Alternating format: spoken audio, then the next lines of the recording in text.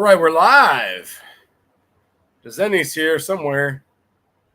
Said he was in the StreamYard. Oh, I forgot my beer.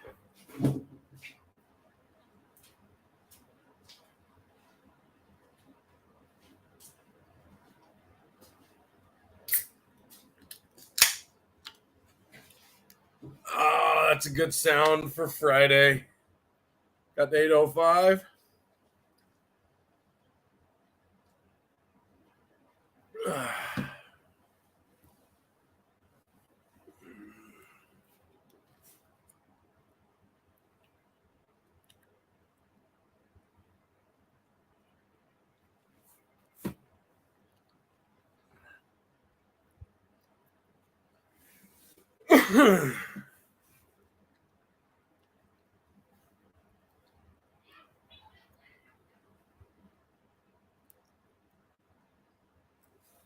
What's happening, everybody? Oh, mechanical triage. What is up, brother? Man, I like the new business card. That was pretty badass. Well, my friend's supposed to be joining us. He said he was here, but I don't see him. So hopefully he joins soon. Let me know how the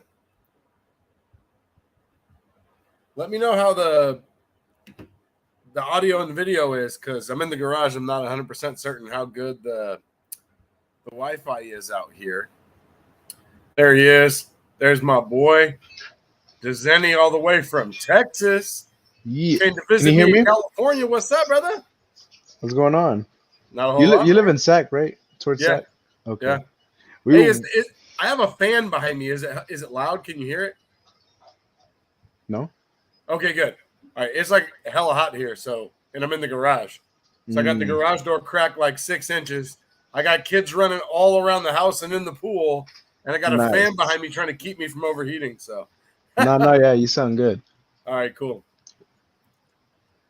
Close up. Look at that. Yeah. Woo! Changing my life. It's sexy right there.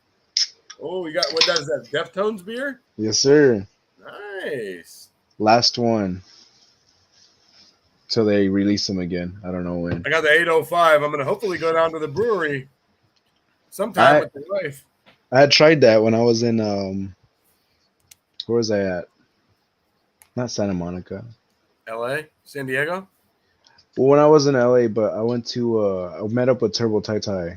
Oh, okay. Temecula? No. No, we met up what's it called? Tuna World. I don't know. Apparently it's like we went there because it was apparently in one of the Fast and Furious scenes along the beach. Oh, okay. Malibu. We're in Malibu. Oh, Malibu. Okay. Yeah, that's where it was. I actually tried the 805 there, and I was like, hey, it's pretty good. And just the other day, I actually saw it at the store, so I was like, okay, they sell it over here too. So I like the black. They have a blonde one. The white, I don't like it. I had the black can. I don't know if that. Yeah, that's what I like. I like this. There it is. Yeah, that one. That one's good. All right, we got some people trickling in here. Let me say what's up. Michael Sawyer, what's happening? Ag Tech. Oh my God, long time no see, brother. How is my Canadian friend? And Josh, what's up, man? Juan's in the house. Yeah, I haven't been live in a while. Actually, last time I was live with you. Was that the last time? Yeah, on Friday. Yeah, I haven't, man. just hanging out with the kids, the wife, trying to do stuff around the house, and it's too much, man. And you get off work, and it's like, you got to eat, do dishes, do dinner, and I mean, a weeknight at my house, like, there's not a whole lot of time to, shit and giggle. Yeah, I got 3 kids, man. So well, one of them's 20. But he's home. I got 3 kids at home. Did y'all finish that? I feel like my nose is all oily. Did y'all finish the valve cover on your son's Infinity? Oh yeah, I did that one day. I just did the one that day because it was my birthday and I didn't have a lot of time. And then about a month later, I told him, I said, hey, we still have to do your other side, man. And so we went to plumb him off real quick because I had already done the gasket. So we just went to plumb him off and did the other one. So it wasn't too bad. What's up, Bill? Nice. How's it going, man? Great. Bill, I just looked at. I just used a. I think it was a 7 millimeter medium depth quarter drive socket, and I looked at it and I said to my. Actually, I said out loud, "Thanks, Bill Beckett." Bill sent me some sockets, and I used one today, and I thought about Bill. I just wanted to say thank you. So Nice. on that Was 6-7. on a Ford? I was gonna say, was it on a Ford? Yeah. That was an 8. Actually, it was an 8 because it was the plastic plenum bolts, and the one on the driver's side in the back is the hardest one to get because it has like by the the biggest lump. dipstick. You know what I do there? Yeah, by the dipstick. So I normally just use a the universals that like the cheap type of universals. The pass-throughs. Oh no, I know what you're talking about. Yeah. I mean, I have The Snap-on. chrome. They're not cheap, but it's not like an impact wobble. Yeah, the chrome. I can use that and I can get all of them off, but getting them back on, sometimes that one, it makes the socket want to pop off. Like you have to get it in just the right spot. You know what I use for those? Those a double wobble it. Oh, nice. I use an 8 millimeter impact 1/4 inch, and then I use another 1/4 inch, and then I use a long, about like a 6 to 8 inch extension, and I'll reach right back there and break it loose. Nice. Well, I had a lot of experience with all of that, so I kind of had a kerfuffle today. So I'm doing that fuel system on that 6.7, right? Yeah. So you got the wheel wells out, you got the wheels off, you got the front of the motor open, you got all the intakes off, And anyways, I have to come off of this thing. I've been working on it all week, but I have to keep stopping and look at this and check AC on that and check this and check that and check. Oh, now the parts came in for this and evac and recharge that, right? So yeah. So it's hard to make money and time when you have to do that kind of stuff when you're in the middle of a big job that you haven't done a lot. If I'd done a lot of like some jobs like you do it a lot, coming off it's not a big deal because you just go right back into it. You already know it. Go into a flow, right? And plus, I'm making a video on that, so it's kind of like making a video, trying to do it, getting pulled off, and anyways. So today, I come in this morning and I'm like, hell yeah, I'm ready. I'm ready to just smash. I'm like, I'm gonna get this thing running by lunchtime. I was in full beast mode, just ripping and tearing. I got the lower intake, it just slipped right in. Upper intake slipped right in, torqued everything down, got all done, and looked over and saw the low side fuel line assembly sitting over there that goes into the top of the high pressure pump under the intake manifold. Yeah, I was like, I was doing it, and then I got pulled away, and then I came back, and then I just forgot about it. So then I had to take the upper intake back off. I had the CAC tubes on. Had to take those. I lost all momentum at that point. And then I'm gonna get it running today. Just today. I don't care.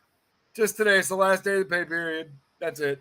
It's always those ones you're like, all right, I'm gonna do this. Like, yeah. I don't know which one. I happened to me not too long ago. I think it was an older car where they had there was a Ford Ranger where they have the little big ass thin metal shield between the bell housing and the engine. Right, I did the rear main and real fast, bolted back up.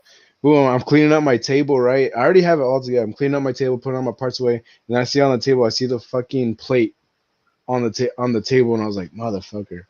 So I had to take it all back off and and I didn't even notice when I was like putting on the torque converter bolts and everything. I was just like going and what's up, Tyler? I did that one time. So, hey, Tyler, what's up? Ag Tech, I will let my wife know.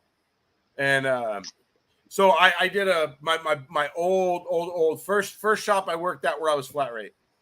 And in the back building, I had to do an engine, and I had to do it back there because the truck was lifted, and there wasn't a picker tall enough to get the engine out. And we had a hoist. We had a come along hanging from the ceiling. And so anytime we had big engines, like I had to lift the truck. I had to do them back there. So I do the engine, I get all done, and I realize I forgot that plate. And so I drove it around the shop into the other shop where I had a lift, and I lifted it up. And all I did was I took out all the bell housing bolts except for like 2, back the engine off, left the torque converter on. I can't remember if I left the torque converter. I must have unbolted the torque converter. But anyways, I backed the torque converter and the tranny up, and I was able to walk that plate up and around without taking the tranny all the way out.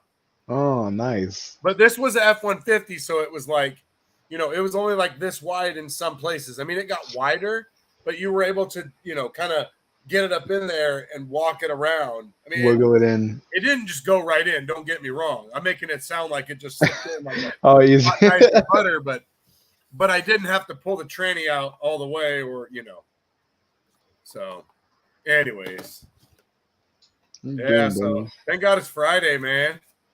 Yeah, I don't know. It's been very slow for me like the last 2 weeks. I've been like, oh really?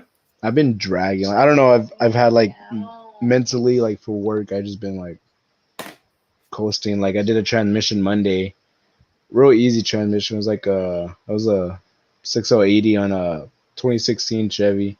I mean they pay decent, like 10 hours, but I mean I probably could have did it in like 4. But I just took my time on it. I was like, I ain't got nothing else going on. Just took my time and then I don't know what else I did, honestly. It was a bunch of oil changes and little things. Today was the only day I had like something decent. I had no AC and no communication with the ABS module on the F-150. So that was only good diag stuff I had today. Was it a module? Yeah, the module. Yeah. And then the blower motor was actually broken apart. Oh, okay. And I almost didn't pull off the blower motor because I used my scope, right? I put the amp clamp on to see if it was working, and it's because I could hear it turn on, right? I hear the motor, like I can hear it. I see my current. I'm like, okay. I was like, it's maybe something wrong with like the blender. It's not coming through the vents or something.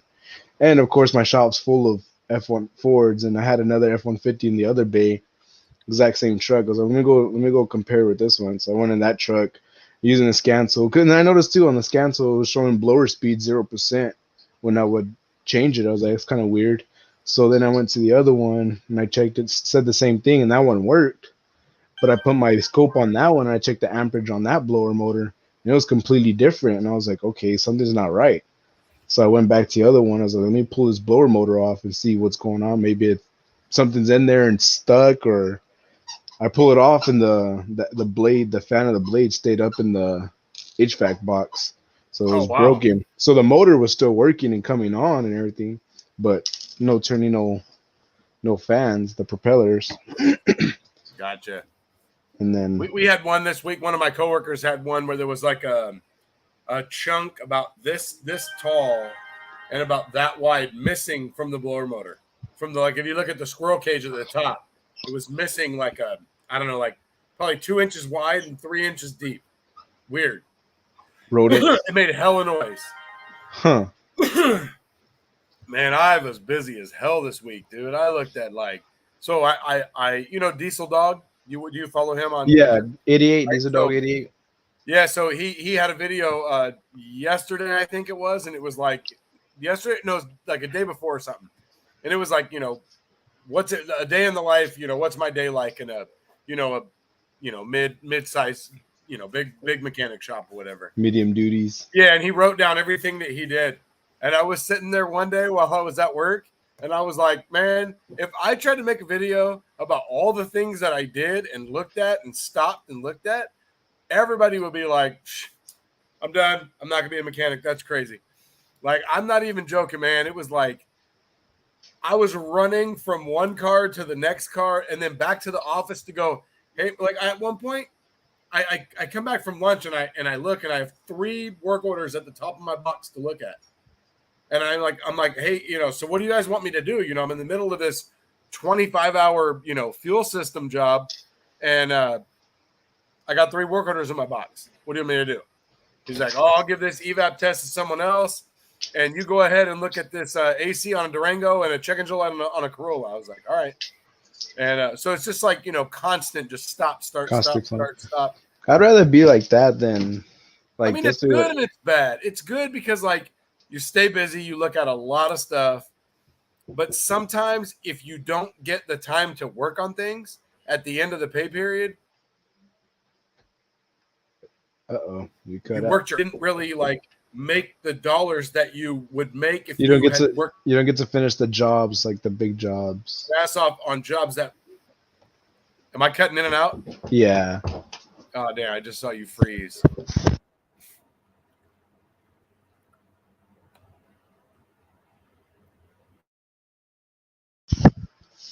Are you still there? I think you froze. I don't know what's going Am I cutting in and out bad? on. Right now you're not. Okay. No, I don't like. I don't like having big jobs when it's busy, because then you can't. Like when I did the last motor I did on the 3.5. I mean, it took me like maybe 2 weeks to actually finish it, just because I was constantly working on a little bit and then go do this, do this, do this, do this. That wasn't an EcoBoost, right? That was just a straight 3.5. No, it was the EcoBoost. Oh, yeah, with the EcoBoost. Was that the whole motor? Huh? Was that a whole motor, turbos Yeah. and all? Yeah, I put new turbos and everything. You put new turbos. It didn't come with turbos? No, it doesn't come with turbos. Oh, It's just a long block.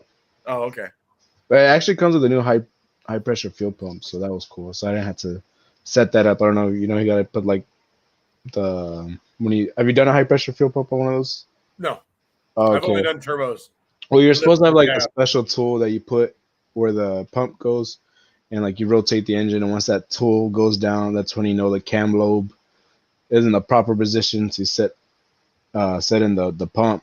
But I just push. It actually has like a tap it, and I put my finger on it as I'm cranking the engine, and once it goes down, then I know it's down, and I just get a magnet, pull it out, and then you can put the tap it back on. Let me tell you a trick about that. So Honda say the same thing. A Honda says roll the engine over until top dead center and then go like, I don't know, 49 degrees or some stupid weird number, right? It's not like that stupid, but it's some weird like roll it, I don't know, keep rolling it until you're like at a certain point. And all it's trying to, because that high pressure pump's not timed. All you're doing is not fighting the spring. So you got your cam lobe and you got a spring. And if your cam lobe is here, you have to push the spring down really, really, really hard to get the bolts to start. So all I did on the Honda was I just pushed down on the pump, and then I just zapped the bolts like slow. And then it comes out.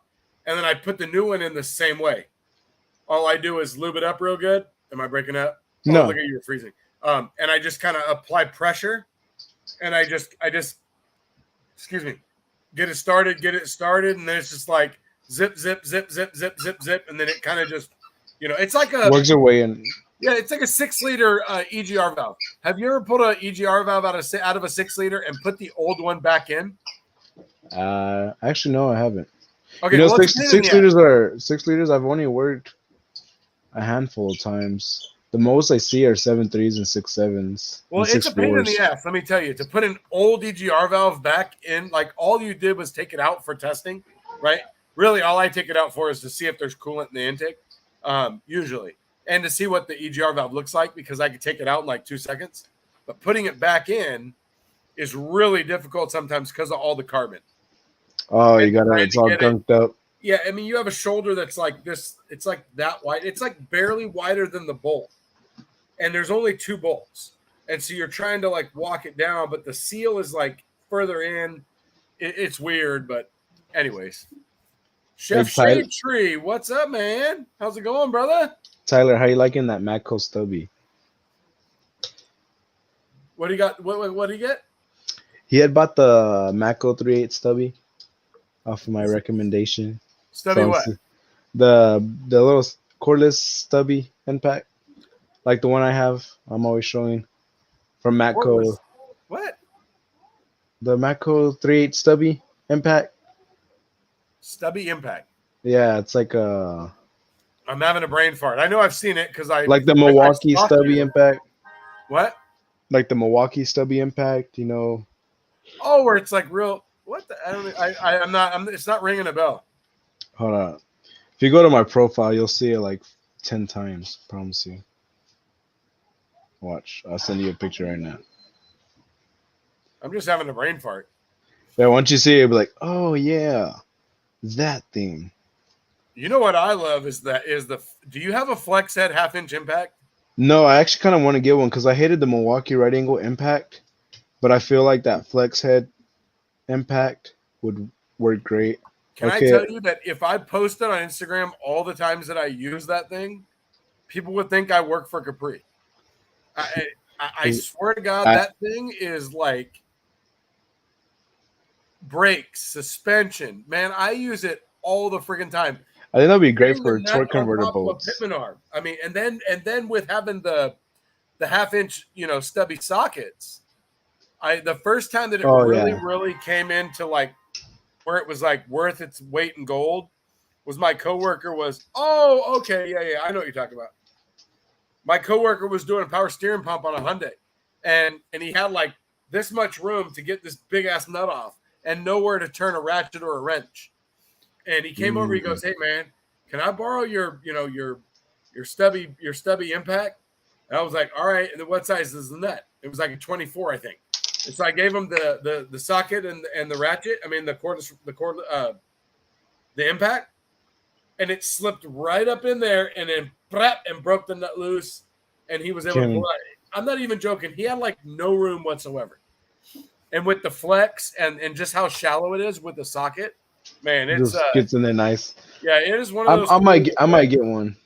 Man, I know I use it for brakes because okay, so I have my 17 millimeter impact. I wear that thing out all the time because I've done so many brakes on Hondas and shit like that where the caliper bracket is 17 millimeter, right? Well, if you use if like a the Sun X wobble impacts, they're great, they're awesome. But that type of impact, if you use it in the same angle a lot, then it wears it out pretty quick. And so I've bet my 17 millimeters been warranted like 5 times. Down. But anyways, it doesn't matter. They just send me a new one. But because of the angle of where you have to get to, you have to really like be at a crazy angle to get that caliper bracket without turning the wheel. Like I know techs, they'll grab the rotor and turn it and then do the brakes. That I don't like to do that. I like to just leave it like it is, come in behind it and just and break it off and put it back. But with that 1/2 inch impact with the flex head, man, you go right in there, just zap, take it off, brush it, clean it. With that, I wonder if because they have a special socket for like the Subarus. Snap-on made it has like weird. I wonder if that would work good on the Hondas too. I don't know. I haven't seen it, but I know what you're talking about. It's because Subarus they have a weird. It's because it rides right along the strut bolt, and it's just hard to get a socket in there. Yeah. But no, the one time I remember this one time I did a Nissan motor mount. It was a Nissan Rogue or something like that, V6, and I had to do the engine mounts, and just a 17 millimeter or 17 or 14, I can't remember, one or two. And I mean, you have that much space, you can't fit a ratchet in there. And you're supposed to drop the subframe and everything. I was like, I'm not gonna drop no subframe to do this mount. And so what I ended up doing is I put my stubby wrench, got my big old snap-on breaker bar, I held it in there and popped it loose. And I was like, man, if I had that small impact, it probably could have fit it right in there, zapped it out, just because it can simply flex in there. I don't even have to stick it, just go in there and boom, it would have worked perfect. So yeah, definitely give me one of those for sure. I've never seen the Subaru. I saw it in a catalog, but I didn't really. It was like how you look at something and you don't really look at it. Like I saw a Subaru, I was like, okay, I'm not buying a socket for Subaru brakes. Like moving on, I can make do. I'll do it by hand. I don't care. I'm not buying I rarely do brakes. I don't do a lot of brakes anyways. I hate brakes.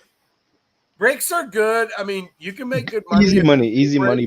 But potentially like a brake job pays 2 hours per axle. And 2 hours per axle? Yeah.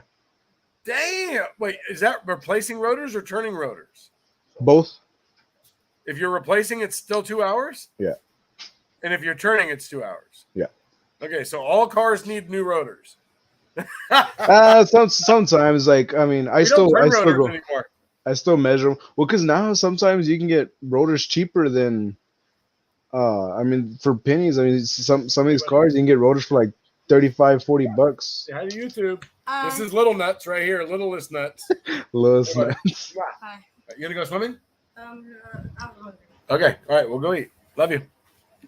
But no, yeah, I mean, I clean the brackets and the calipers and the hubs and everything, and we include the test. You clean the hubs too. I clean the hubs. I clean the brackets, the calipers. You know, drill on the inside of the slide pins. Like I mean, I do the whole shindig, burnishing the brake pads. Like I do it all. So I mean, it's 2 hours. What is that? What did you do? Burnish the brake pads. Like, what is that? Like where you drive, stop, drive, stop. Oh, drive, you know, stop. What's funny is in California, that's not.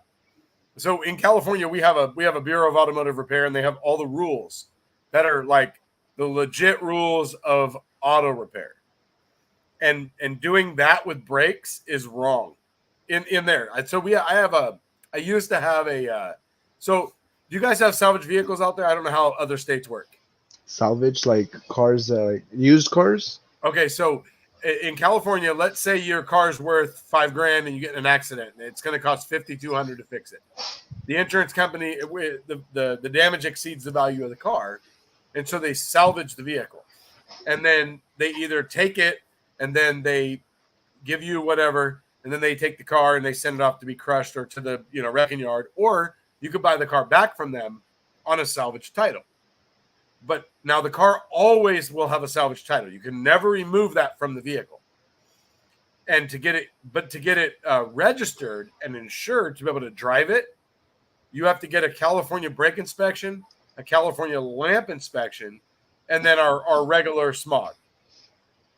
Well, when you get the brake inspection, you have to go to a brake station where you have a licensed brake inspector and a lamp inspector that like aims your headlights, checks all your lights, checks your brakes, and once you have all that, you can get it registered and drive it.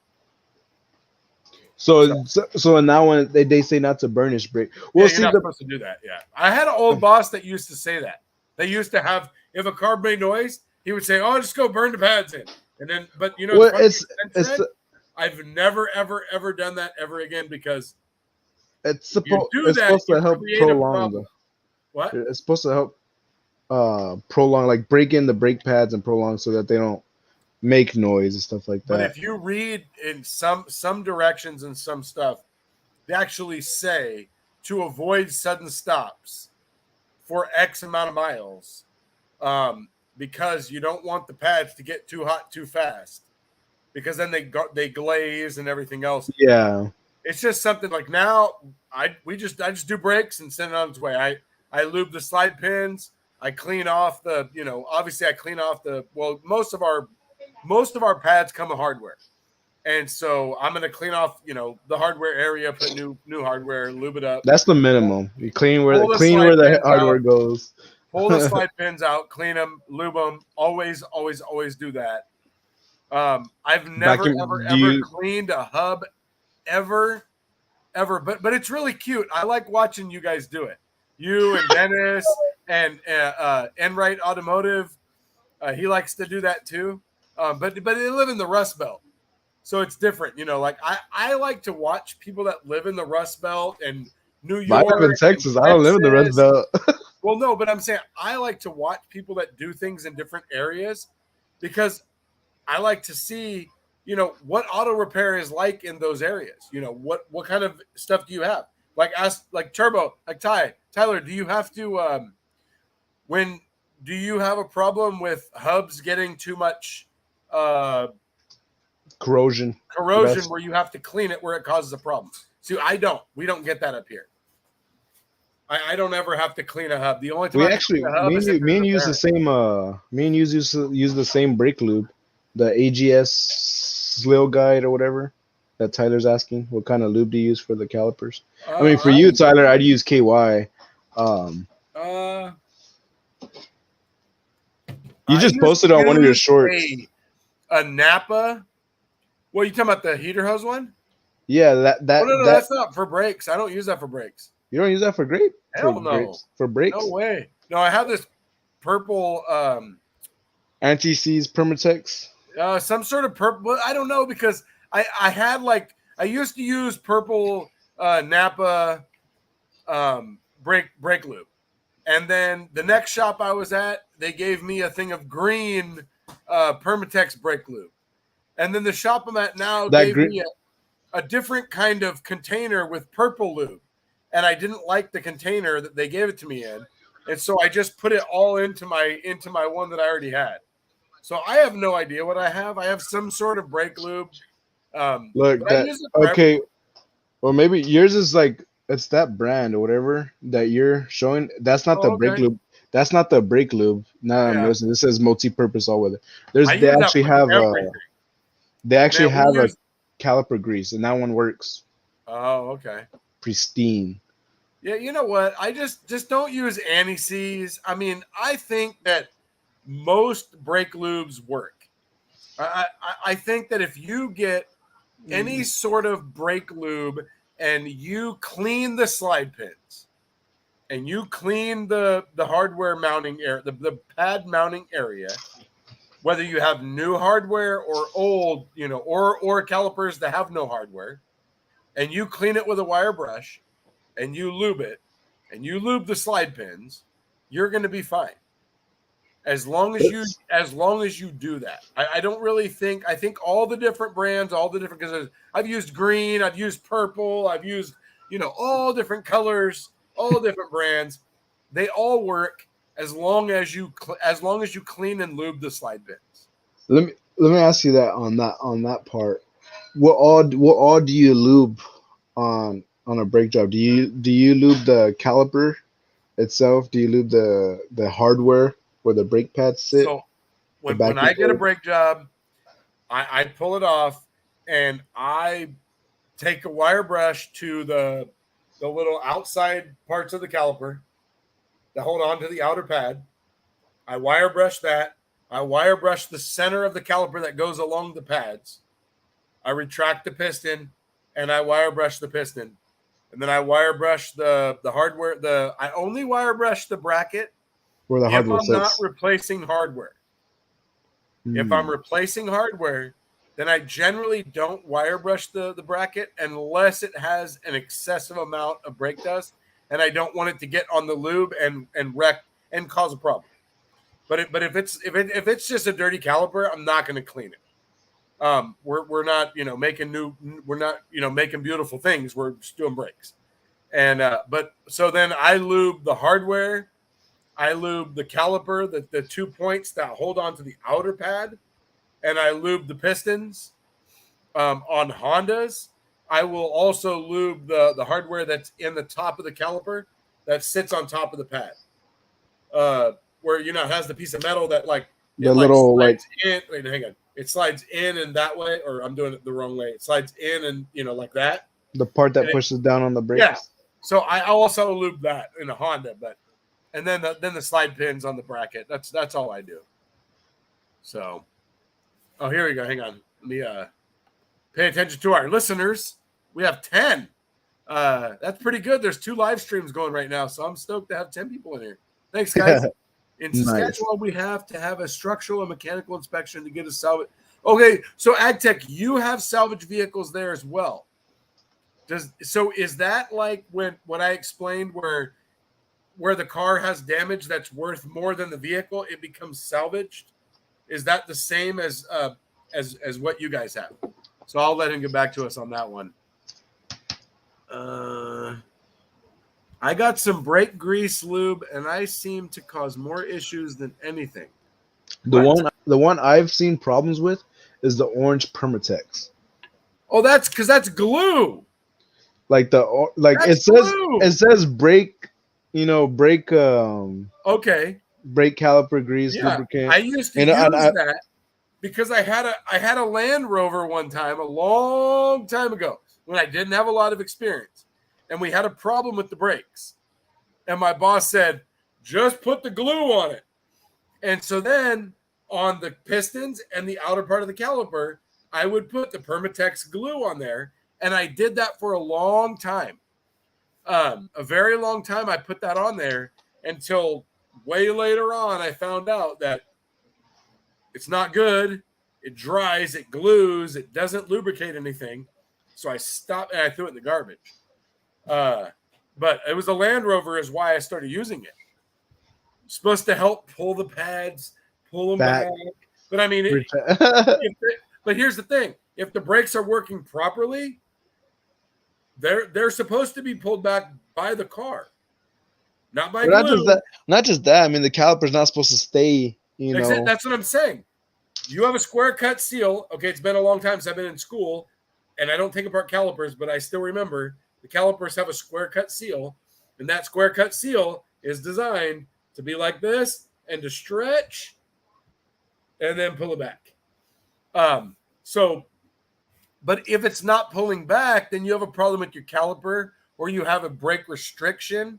You have a restriction in your master cylinder, not allowing the fluid to return to the master. If the fluid can't return to the master, it can't leave the caliper. So, but that's the whole thing is, if the brake system is working properly, it's supposed to pull itself back away. But yeah, stop using that lube, Tyler, whatever you're using. Yeah, I got to see what you're talking about. Let me see hang on, I just want to see what. Let's see. Sometimes it takes an hour just to knock the rust off before you can even get started on a brake job in the rust belt. Oh yeah, and then you got to get the torch out.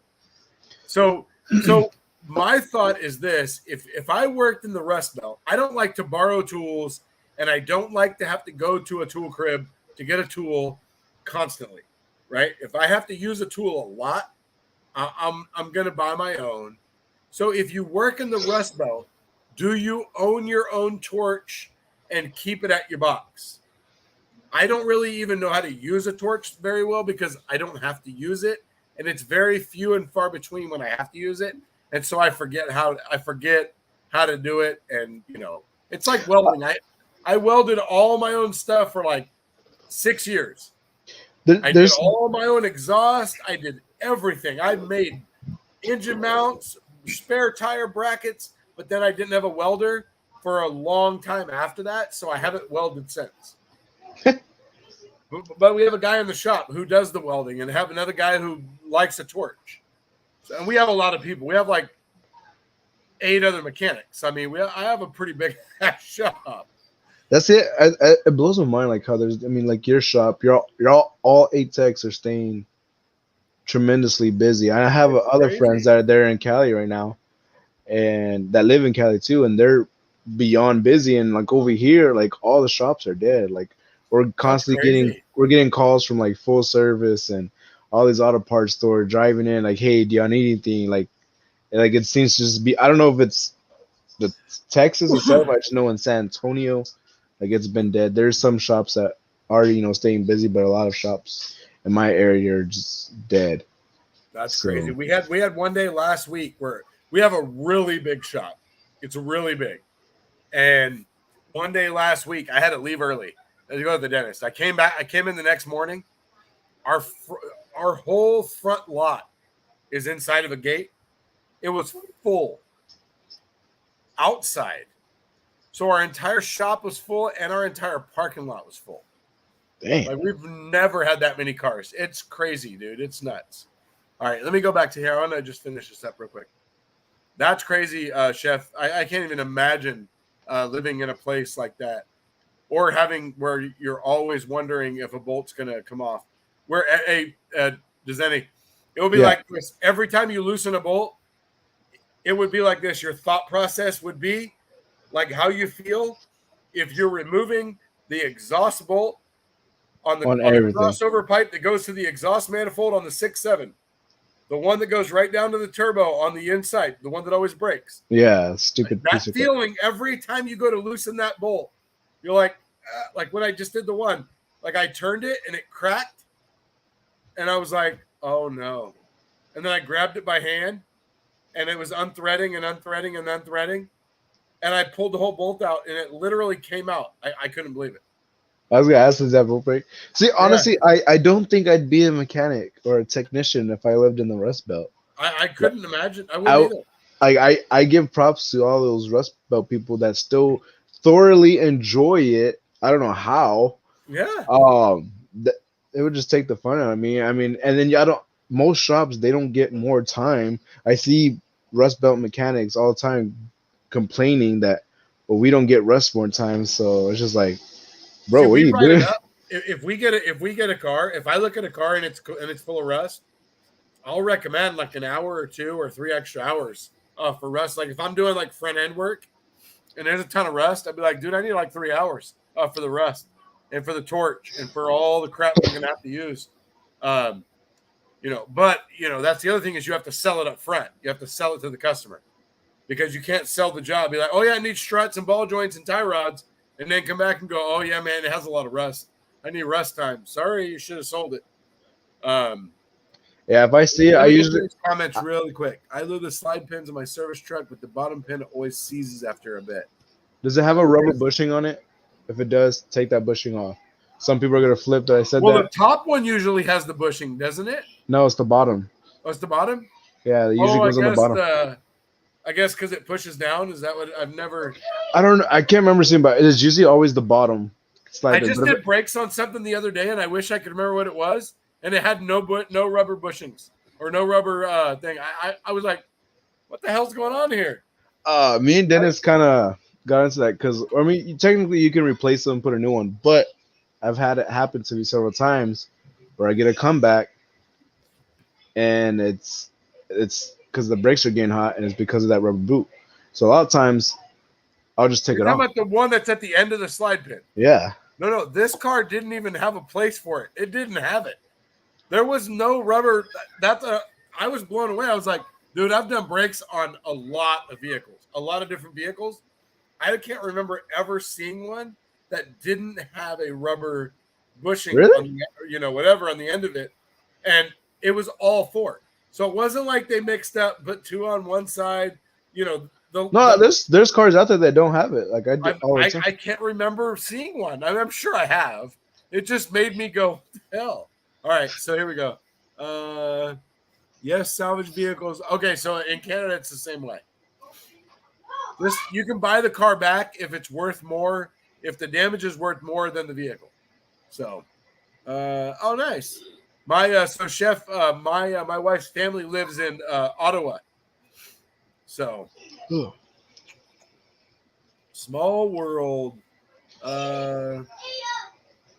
Someone's trying to get you to Turbo. work on their 6.4. Wait, hang on. Hey, Tyler, is it the red Permatex glue stuff? Is it red in Permatex? Because that's exactly what it is. It's glue. That's the point of it. Is it's supposed to stick and keep the pads with the caliper. I hate when it's like a half screen. I'm like trying to get. It's like trying to keep the pads with the caliper. Let's see. Torches are a shop-owned tool. Okay, I wasn't sure. I've always wondered that, and I guess it would matter on. I guess it would matter on the tech, right? Because some guys, I'm sure there are dealerships or whatever where there's a guy who bought his own damn torch because he was tired of waiting. It's like a scanner. Well, you don't know. See, we have 8 guys. One guy has his own Snap-on scanner, an Autel scanner. He has like a whole bunch of stuff. So there's 3 diag guys in the shop, like 3 main diag guys. Me, one guy who worked at Nissan for 30 years. He has like a Snap-on scanner, an Autel scanner. He has like every kind of testing equipment. And then the other guy who likes Euro cars, who's like me, he can work on everything, but he's really good at Euro, like really good at Euro. That's if he could only work on Euro cars, he would be happy. He would. Yeah. And he has his own Snap-on, and I think he has an Autel. And then the shop and then my neighbor has a Snap-on scanner. And then the shop has a Solus Ultra on my side that sits on my box, and a Solus, not an Ultra, on the other side of the shop, and then an Autel. And then we have we have a new service manager, and he's been hooking us up So we have a Ford IDS. We just got a brand new Toyota factory scan tool. Test Tech Stream. Yep, and Nice. it's pretty cool. And then we actually just got. So I did a video on a water pump on a Sprinter, and I showed our knockoff Mercedes scan tool, right? And it was old. The laptop was old. The software was old. It was a dinosaur. It didn't work on like anything Mercedes past like, I don't even remember, like 07 or something. And you're not even sure, right? You spend all this time running cords, setting it up, and then go, oh, damn, it doesn't even work. And so my service manager found a brand new knockoff up to 22 Mercedes scan tool. Nice. And the Euro guy, me and him are the ones that do diesel. He would prefer if I did all the diesel, but he could work on it, And so, anyways, he just told me actually yesterday. He said, I just used the new Mercedes tool for the first time. He's like, man, it's hella fast. It worked good. It communicated quick, and he was able to figure it all out like no problem, like really fast. Nice. So I'm really stoked about that, to have Mercedes, like up to date Mercedes. Do you follow Spot On Diagnostics on Instagram? I think I just started. I'm not sure. Okay, because I remember you had posted on your story about that, and just the other day he had sent me a DM, and he had sent me a screenshot that he got that. I was like, hey, that's the Mercedes, but it was like the knockoff, like your Chinese version. Yeah. But I know I still know use it. It doesn't work. Like if you had the Mercedes one, you could go and you could click on it, and you could like click a link, and you could do like go into repair information and all that. This is just a scan tool, like on a Sprinter, for example. Data. I had a Sprinter that I put a transmission in. When I got done, it had an exhaust problem, and I was able to go in and click test exhaust, and it ran the entire exhaust after treatment system through its test. It like did everything. Okay, this test pass, hit this button. All right, this test pass, hit this button. Okay, then wait, it gets better. Remove the def injector and lay it over an approved container. Hit the button. Did it spray a 3-prong pattern 5 times? Yes, it did. Okay. Next step. Put it back in. Do this. It ran through everything. When it got done, it said there's nothing wrong with the exhaust. The exhaust after treatment is working absolutely perfect. It tests the pump. It tests the sensor. It tests the heater. It tests the feedback. It tests everything. So that's why it's so damn important. Having that, factory stuff, especially on diesels, is really important. It's like a Toyota. Have you ever looked at an older Toyota and hit run evap test? And when you get done, it doesn't tell you anything. You're just supposed to analyze the results along the way. No, but then if you get a newer one, you can hit automatic. And when you get done, it'll tell you if there's a code or not. But the older Toyotas, they didn't tell you if there was a problem. You had to pick it up along the way. As you were watching it. In the testing, you had to go, this is supposed to go to 2 inches of HG, and it didn't. It was at negative 42. There's the problem right there. Okay, it's the purge valve. You're supposed to know that, but if you don't work for Toyota, you don't know that. Yeah. So it's kind of like that, That RAM member I had called you about, because it was a hard start, right? Yeah. So it wasn't me working. It was on my boss. I was just kind of like helping him with it, looking at it. Is this the one you did the intake on? No, this is the one I had called you about. Like, how do I test if I'm losing fuel pressure through the injector tube? Oh, the 6.7. Yeah. Yeah, the 6.7. Oh, and I was telling you about the little cup, the little block off. Yeah. So we got some ordered on Amazon, and we were testing it, and it wasn't showing up, and it's like we weren't finding like a leak or anything, and he manually would put a lift pump, like you have like a little pump that we use to siphon out gas, like that. He used that. He rigged that up, and the car would start instantly. It's like something's wrong. It ended up being like the fuel pump harness was missing a wire for the fuel pump in the tank on the low side. Like someone put 6.7 or a 5.9. A 6.7. So someone put a fast pump on the outside of it. And the car, so I don't know Oh, what so my it's like they removed a wire. Then the kit probably had them they, remove a wire. they removed the, but see the thing is the truck was running fine for a while, and then my boss had fixed something with this transmission valve body, and it was running fine for the next 2 days. The customer had to come pick it up. When the customer said they were coming to pick it up, he went to go move it, and it wasn't starting anymore. So Oh, that's when he's like, I don't know how it was running before, but basically, pretty much that harness was missing a wire, and so the once test. So the test for a Cummins is a 5.9 and a 6.7 is the same. The only difference is that a 5.9 it had a lift pump. It had a lift pump mounted by the. I don't know how familiar you are with those, but by the fuel filter housing, it had a lift pump, right? on the bottom on the side. Yeah, and when you had a problem, the repair for that was a kit from Dodge where you would remove that lift pump and you would put an aluminum block there, and you would put the lines into the aluminum block. You would pull a pin out of a connector, put it in somewhere else, add a relay in. It was a whole kit. Drop the tank and take the sender out and put a fuel pump in the tank. And so the lift pump became a fuel pump in the tank. So what happens on those, and this happened to me, my first Cummins that I ever worked on.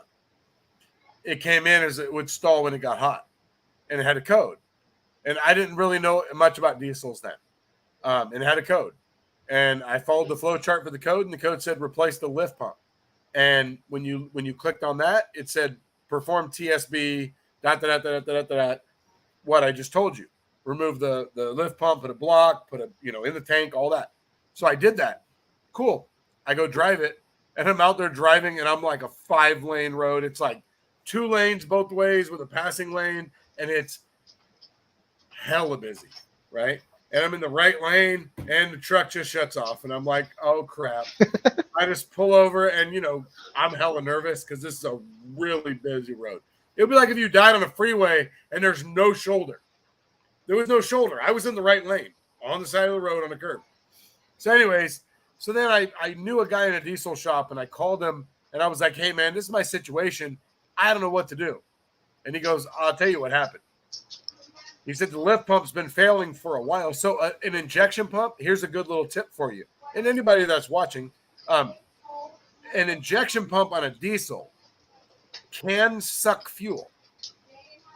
It can pull fuel from the tank, and it can run. But diesel fuel is a lubricant. So if the injection pump doesn't have fuel, it doesn't have any oil, basically, right? It can't lubricate itself. So what happens is the lift pump is supposed to supply the pump with lubricant and basically like a prime, right? And then the pump makes high pressure fuel, and then it, pushes out the injectors. But if it doesn't have any fuel, it starts mauling itself out on the inside. You And get the eventually glare. it becomes a hot no start.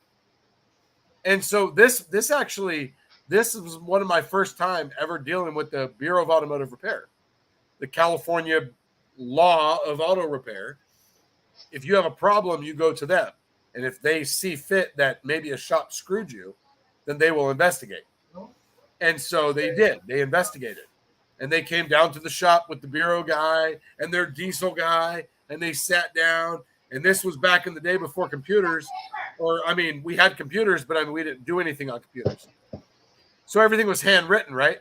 So he read through my 5 pages of notes and was like, okay, well, you guys didn't do anything wrong. He needed a lift pump. The only thing that maybe you should have done was told him up front that he probably needed an injection pump, but maybe you didn't know that. So next time, just tell them that they probably will need an injection pump. That's crazy. Y'all have like bureaus? Yeah, but you know what they do is, so we had one time. So in California, we have this thing called Write It Right. And service writers, they have to go to some shops will send their service writers through classes. If you don't write everything correct, then you did it wrong. So here's an example. I had a 6-liter come in. They needed a smog in California. It had no EGR cooler. So it needed an EGR cooler, a Y pipe. It needed, all this stuff to get it legal for smog. So I do this like 3-step process. I look at it, I tell them it needs this, and then I look at it for something else. Okay, well, here's our revision. And they're like, all right, cool, go ahead and do it all. Okay, cool. It was a pretty big ticket. And when we got done, they picked up their truck. It was smogged. Everything was good, and they left. And then they came back and complained. So have you heard of the company Bulletproof? Yeah, for the 6.0s. Okay. So Bulletproof makes smog legal parts. They make carb-approved parts for California.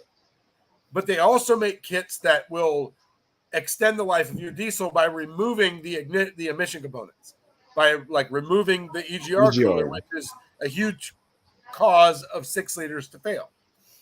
Well, so we put a bulletproof kit in this truck, EGR cooler, oil cooler, everything, right? So when I sit down with the bureau guy, he goes, well, the first thing that I have to say is, you guys have in your paperwork that you bulletproof the truck. I was like, no, sir. We put bulletproof parts in the truck. If you read the initial complaint, it was that they needed a smog, and my smog said that they were missing the EGR cooler. So how could I bulletproof a truck that was already bulletproof to start with? It had to be a cooler. And then from there, though, then it had nothing to do with me. Then it was a matter of paperwork. And it was, I'm not even joking, dotting this I before this T was crossed, and you didn't do that. So because of that, this part was wrong. And you didn't capitalize this. I'm exaggerating, but you didn't do this over here, and you didn't put this date on the right line in the right spot. So you owe them all their money back. What? Swear to God, we had to give them all their money back. They got their truck fixed, diagged, smogged, all new parts, everything. So it fucked over the shop. They paid $0. Damn, I'm gonna have to go do that because of not writing it right and putting the dates in the right spots. And man, it's crazy. I mean, now there's a lot of shops out there that are real shady and do bad stuff. That's why they have that. And we have smog. So they're constantly investigating, smog and. I would say that's a good thing, man. And maybe that helps you push these, shady shops, out of business. There's a bunch of comments on there if you want to catch up. It's good and bad. The shop I'm at now, we don't really have to worry about it. We don't really have to deal with the bureau too much. If there's a problem, we just give them their money back, say goodbye, have a nice day. We don't want to deal with it. And it's it's not worth the long-term headache, So let me get through these comments here because we got on a tangent here and yeah, they're talking about the 6.7s and 5.9s. My shop is in Sacramento. Where I work, I am in Sacramento. Nicolay, I think that's how you would say that.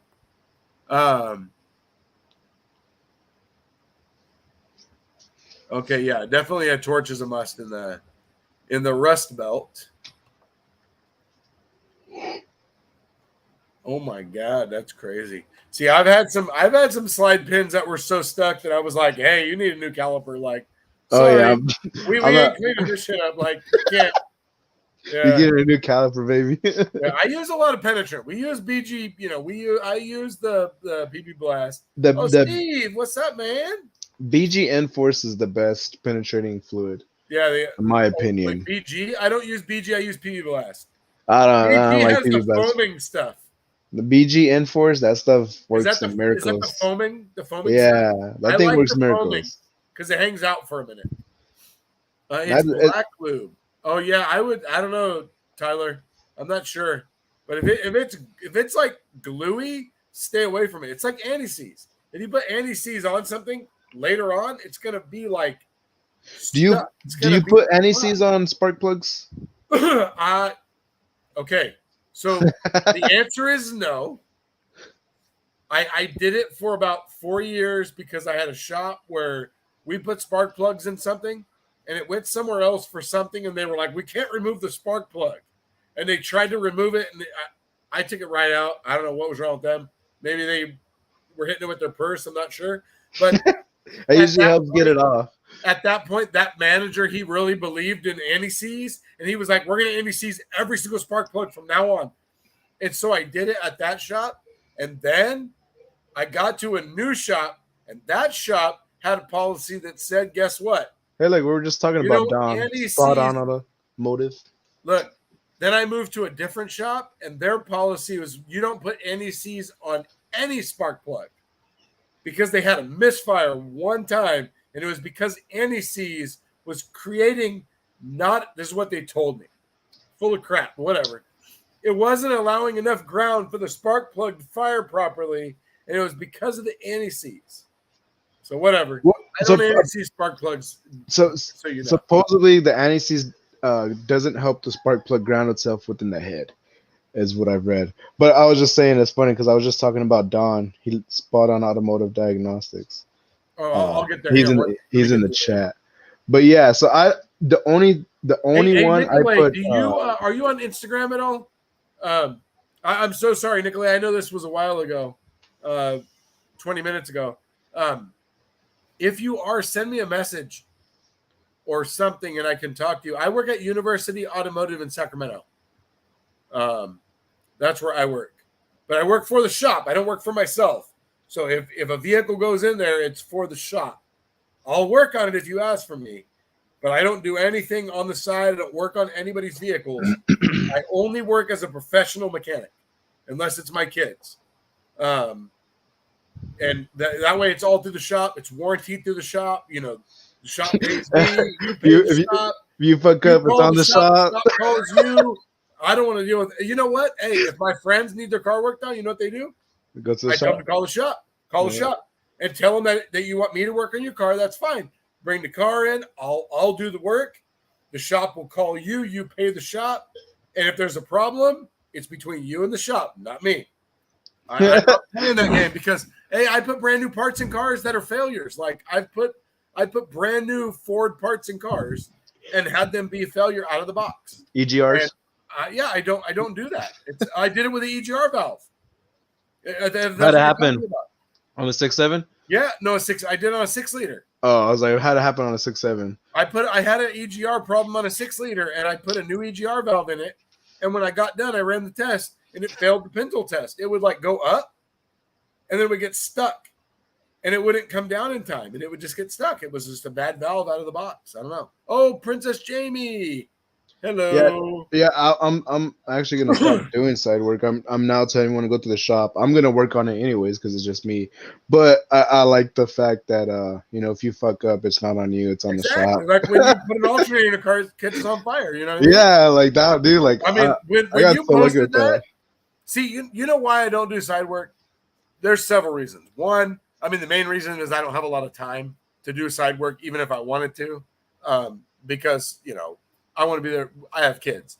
But the other reason is prior to kids. When I first became a mechanic, I was living in Fairfield, which was about a 45-minute drive from Sacramento.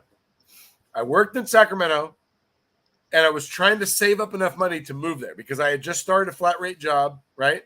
And I was going to move to Sacramento where I was working, but I had to save up some money for a couple months. And I thought I'll put an ad on Craigslist, side work available. And somebody had a 4Runner that needed head gaskets. And I did it in the driveway. Cool. It took me a couple weeks, got it all done. No problem. Brought tools home every day. I worked on it. I got done. On a Sunday, he picked it up. He paid me. On Monday, he called me and said, hey, man, I'm out at the job site and I got this little coolant leak. And now the professional part of me is thinking he just paid me to do this job. Gotta go fix it. I'm at work. I can't leave work. What am I going to do? But he's at work. He's at work and his car is stuck there because I worked on his car. Now he's coolant leak. So luckily I had a friend who was like mechanically inclined who didn't like punch a time clock. And he went out there and all it was a 3-liter Toyota. So it was just a little hose clamp at the back. That little coolant island at the back that's a pain in the ass. He went back, cinched up the hose clamp. Everything was fine. I never saw the guy again. But he's like, never going out. It just I made pretty good money on it, but it wasn't worth it. I think, honestly, I think I should have stopped once that alternator caught on fire. That was great. When I saw that, I was like, oh, hell no, because if that whole car burned down, Bro, what would you do? I don't. That's the thing, and I probably should have stopped then, but I still was doing side work. But um, I feel like that. Anybody you guys don't know, he put an alternator in a car, and the alternator caught on fire. Like fire. Yeah, had the I firefighter mean, I go and think he put it put the out. pulley on too tight. I think that's why it had. No, I'm just kidding. Yeah, so I mean that was kind of like my first call, but just the uh I don't know, dude. I feel like it takes up too much of my time. And Yeah. what did I do? I had did something and I did it as like a per customer request. And I really don't like that. Usually I'll be like I always say like, hey, do you want me to check it out first or do you want me to just put the part on for you? Right. Because it always bites you in the ass. Yeah, so and they had what was it? It was a starter. Put the starter on, still not starting. I was like, I don't know. Like What'd you do I'm to my just car? yeah, and it's just like a hassle. And then like just every weekend, and then I get my phones blowing up. Like I just you know what? Now I just like come to the shop. Like if you want me to work on your car, bring it to the shop. I don't know. I feel like the money, it's good money, but I feel like it's not worth it. And it was draining me. I'm working on cars 7 days a week. Like I know you're out there at like 8 o'clock at night working on cars. I'm like, fuck yeah, that, dude. At yeah, I'm 8 o'clock tired of at it. night, I'm like hanging out. I'm drinking a cup of coffee with my wife. We're watching Game of Thrones. Like, hell no.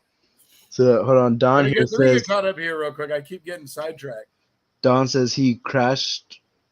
Yeah, I bricked a brand new dealer PCM on a 6-year module crash. So what happens there? You had to replace it? Well, I mean, you're your own boss, so um, Oh, Theo, what's up, man? How's it going, brother?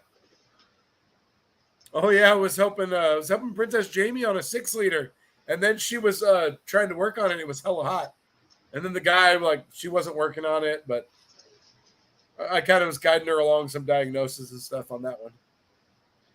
yeah, you're the Oh, I man. like my 6-liters, man. I need to Yeah, get an early. I want to get an early 6-liter, and my next plan is I want an early 6-liter that has excursion. a no start, so Oh, I can show how to test that one because that one's different. or the PCM. Like no, Oh, a 6-liter I know, but there's one of those high that have a pressure oil. little They that don't have one. PCM problems. No, the ones that have there is ones because my boss has a test module for a lot of time. It's Well, the 6.7s have crappy PCMs, and they're on national back order. no, it's an older. It's a 6.0 or 6.4. No, it has to be a 6.0. A computer? Yeah, it's I've right. only replaced a couple computers in a 6-liter. It's not the Ficum. Well, I've Oh. replaced a lot of Ficums. When I go to the shop, I'll take a picture of it. He has All it, right. but he has it for I don't But know, I'm like talking about a no start from a high pressure oil leak. So on an earlier 6-liter, you have to pull the valve cover off, and you have to have a special adapter, and you have to test it through the under the valve cover. uh, I want to make a video on that one. I just haven't had one. how much was that module, Don? Jesus, that sucks. No, I've been trying to get there. I haven't even got there yet. I wish I could comment through the StreamYard, but I have to go through my phone. My phone's dead. It's like on 2%. Oh, you can't go through stream. Oh, only I can. Yeah, only you can, so I Oh, can't go. AdTech's got a new 6.7. What was your old one? AdTech wasn't it a Ford? I think he had a Ford. I thought he had a Ford. Maybe I'm wrong. Tyler, his Instagram is literally what his YouTube is. Spot on automotive diagnostics. Guy's a wizard. Yeah, you know what? I follow, like, I just started following like Super Mario and stuff like that. I was I don't just like Super talking to Mario. someone the other day about this. I was talking to Steve, actually Tool Demos, about this. So doing YouTube myself and having a family and everything else, I don't have a lot of time for other people on YouTube. So I have very little time to like watch videos. Like hey, Stephen Boyd, how's it going, man? There are certain people that I follow that I watch everything that they put out. It doesn't matter. Spot on Diagnostics. I know I just watched a video with him the other day, but I'm not 100% certain. Oh, you know what? We had one of these in the shop not like 6 months ago, and it took one guy looked at it and did a repair on it, and then this is a funny story, guys. If you guys work on cars, so one guy looks at it and he does a repair on it, and it still has a problem, and then it goes to our other the Euro guy, right? And he looks at it and he takes the part out of it and he brings it over to me, and it had wings on it. Wait, what? It had wings. The logo had wings. Oh, Dorman. The Dorman Okay. wings. Yeah. He's like, hey man, do you think these Dorman wings are the problem on this car? And then sure enough, we took the Dorman wings out of it and put not Dorman wings in it, and it was fixed. It was crazy. You know what? Some Dorman things I just saw. Do you follow South Main Auto? I do follow him, but I like I said, I don't watch Well, a lot of the videos. Okay, so you know, like the Chryslers 3.6 with the damn oil coolers always cracking. Leak all the So time. I didn't know, but Dorman apparently makes like An all aluminum one. Yeah, so I was no like, plastic. So I was like, I'm gonna try that one next time, because I know like on the Toyotas, if you ever work on Toyotas, the damn oil filter caps are plastic, and they're always over tying them. You know, when I worked at Toyota, I always had to have an impact and to break them loose. Crack. So anytime I get one that breaks, I always put the Dorman one because it's aluminum. And I actually had one at Toyota. It was on a Tundra. It was so tight. I don't know if you know how the actual housing like bolts onto the front. Oh, on the front cover? Yeah, on the front. And we had one. Are you talking about the front of the front of the motor where the belts are? Yeah, you know how kind of like the 3 bolts. Yeah, so I actually had one where it was on so tight, like it broke off from there. Oh, geez. Like it never came apart, and I was just like, okay, so we had to. And actually, we were lucky. It was actually the Toyota's parts truck that was doing the oil change on. We had one where a guy did it, and something happened with the cap. I'm not real sure, but it had a little bit of a leak, and it was on a 2020 Tacoma or 4Runner. I can't remember which one. And then we had to put an engine in it. Oh, the cap cracked and shot out all the oil. It lost oil, and but you know what's funny is like because Toyota told them it needed an engine, we had to put one in it, but there was nothing wrong with the engine. Like we ran it for hours and hours and hours, sent the oil out for an oil sample, everything. But hey, I gotta say this real quick. Hang on. Congratulations, Stephen Boyd. That is awesome, man. Hell yeah. I have 0 AC for Ford. So you work at Ford, so you work on nothing but these. Nice. The shop I'm at now, I've been there for about 1.5 years. And when I went there, it was between going there or going to Ford in the fleet department. And the guy flat out told me, like, you're just going to work on 6.7s. Like, once in a while, you get a 6-liter, but you're going to work on 6.7s pretty much all day, every day. So that's all you work on if you work in diesel. You know what? I'm wondering, like, I mean, because let's think of the upper oil pan, 14 hours. If you just sell a whole. It's not 14 hours from Ford. I mean, imagine doing those every day. I mean, you could make some. You can flag like. I mean, you could probably do 3 in a day if you get damn good at them. 3 in a day? Hell no. Okay. I can take it completely apart 3 hours, but me personally, I like to let it sit overnight to drain completely. But the thing is, you can't just the thing I have a problem with that oil pan is that you can clean it, but you can't reassemble it right away. No, you can't because oil runs down in it. You can take any engine, spray it down. You can spray brake clean up there. You can spray it all up in there, and then 5 minutes later, you got oil. Like if you don't have time for that silicone to seat, it's gonna leak. So Steve Boyd, I want to ask Steve Boyd, if you just got your diesel certification from Ford, then I know you've done some upper oil pans on Ford on 6.7s. How fast can you do a 6.7 upper oil pan on a pickup? F-Series pickup, not a cab chassis or anything like that. Just I've seen guys say that they do them like 6-7 hours, which is basically half the time. Doing it in less than a day, doing one. The cleanup is what sucks so bad. Yeah, that's especially when it's all silicone and And you know what happened to me? I had one that I did a while back that I did one and everything was leaking so bad that when it came back for an oil change, I was looking, I was like, son of a bitch, this thing is leaking again. You know what timing it cover. was? Timing cover. Remember But it that? was leaking so bad, the oil pan was leaking so bad that you couldn't have called it. A timing cover. It wasn't like where you have a leak at the bell housing and you're like, yeah, the rear main's probably leaking. And then you see the oil pan's wet. You're like, yep, it needs the oil pan and the rear main. You know, you for sure can say it needs both. It wasn't like that. You know, it was like the oil pan was Completely leaking just so bad that, you know, and you know what it is? It's the joint at where the timing cover comes. and the oil pan meet. And so you have a leak. It looks like it's all the oil pan and turned out to be the timing on cover. the driver's side. On the driver's side. Driver's side timing cover, absolutely.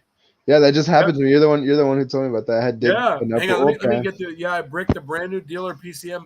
How did you do that? The module crash. How did the module crash, or was that something that that you did wrong? Now you know what I've heard of. You ever been in a scan tool and you're programming a VIN and it asks you like 14 times, are you sure? Are you 100% positive? Is this the VIN you want to program? You can't turn back now. You know, like you get a Chrysler and it's like 4 times where it's like warning you. I knew a guy who accidentally like put the wrong VIN in and went through everything and was like, yeah, like, got to go back to the boss and go, hey man, I messed up. Like, yeah. So I had something happen to me this week that sucked. And luckily the shop paid me for it because it wasn't my fault. Where you dropped into the Yeah, hang on. I'm gonna get to that because maybe Steve Boyd has some insight on that. Because it was crazy, all the things that happened on this truck that I've never seen before. Hang on. I gotta try to. Oh yeah, the ICP in the she has a 6-liter where the ICP's in the back. special socket. It's the 03. Well, so I don't have a special socket for the ICP. Use the air hammer. I have a snap-on. Hang on, let me try to find the real life. This is not like I caught a fish and it was like this big. I have a snap-on. Hang on, 1/2-inch socket ratchet. It's this long, and it's a flex head. And between that and maybe not being weak, I can use that and a deep socket and get my hand way up the back and break it loose from the bottom. From the bottom. That's how I do it. And I mean, literally, you're like up there, like, you know, like you're almost standing on your toes trying to touch it. But that's how I do it. And you get, I mean, dude, when you get done, you're like, you look like you were playing in the mud. You're like covered. Because when you're replacing that sensor, you're replacing it because it's puking. And oil is friggin' everywhere. So you're soaking wet. You paid for the module? Why did you pay for the module? He's his own. He's a mobile programming. Oh, and you went to a dealership. Okay, I got it now. I got it. All right. I understand. Wait, Fickham? Wait, FCIM, what the heck is that? $250. Oh, Tyler's saying the spark plugs get seized in the CNG Civics. Okay. Yeah, I don't know if I've only seen 2 CNG cars. I don't know how Dorman's still in business. We talk about it all the time. We had a Chevy come in. It was an old Chevy, but I didn't even know this existed until the other day. But it was like propane, and I was like, I don't know how to work on this. Oh, here you go. All right, hang on. All right, one day for an oil upper pan. It depends on how big the mess it is to clean up. Oh, and front covers are 20. So I've never done a front cover on a 6.7. I've done them on a. I've only done them on 6.4s. I've never even done them on a 6-liter. Quick question, Steve. On a radiator, do you pull the whole front end? Because apparently you're supposed to pull it out through the top, but I've always pulled the whole front end. Yeah. The radiator? Yeah. Do you pull them out through the top? I always pull the front end. I pull out the grill. No, I pull them out through the top. You pull them out through the top?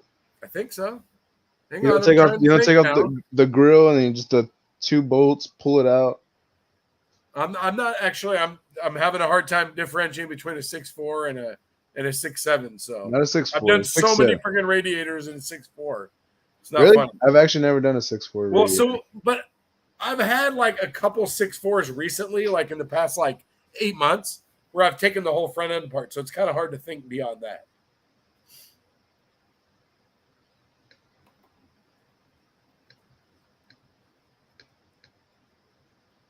Damn, that sucks, man. Hey, welcome to the live stream Spot on Automotive Diagnostics. I appreciate you joining us. It's pretty cool. I know I just checked out your channel, but man, it's hard to watch videos. Like I just watched. You ever watch? So I love watching diesel videos. Is what I like to watch because That's what you work what, on. That's what yeah. And Power Stroke, AA Rod. Oh yeah, I watch his channel. He has some good stuff. I was putting together a barbecue a couple weeks ago, and he was doing a live stream, and it was him and like he does one every week, and he was with like I think 3 or 4 other guys, and they were talking about different things about diesels and runaway diesels and like the worst injuries they've ever seen. Man, I've never seen a runaway. That's crazy. Yeah, I haven't either. It was the story that he told about it was really cool. But anyways, it was a really cool, like listening to a bunch of diesel techs talk. I really enjoyed it.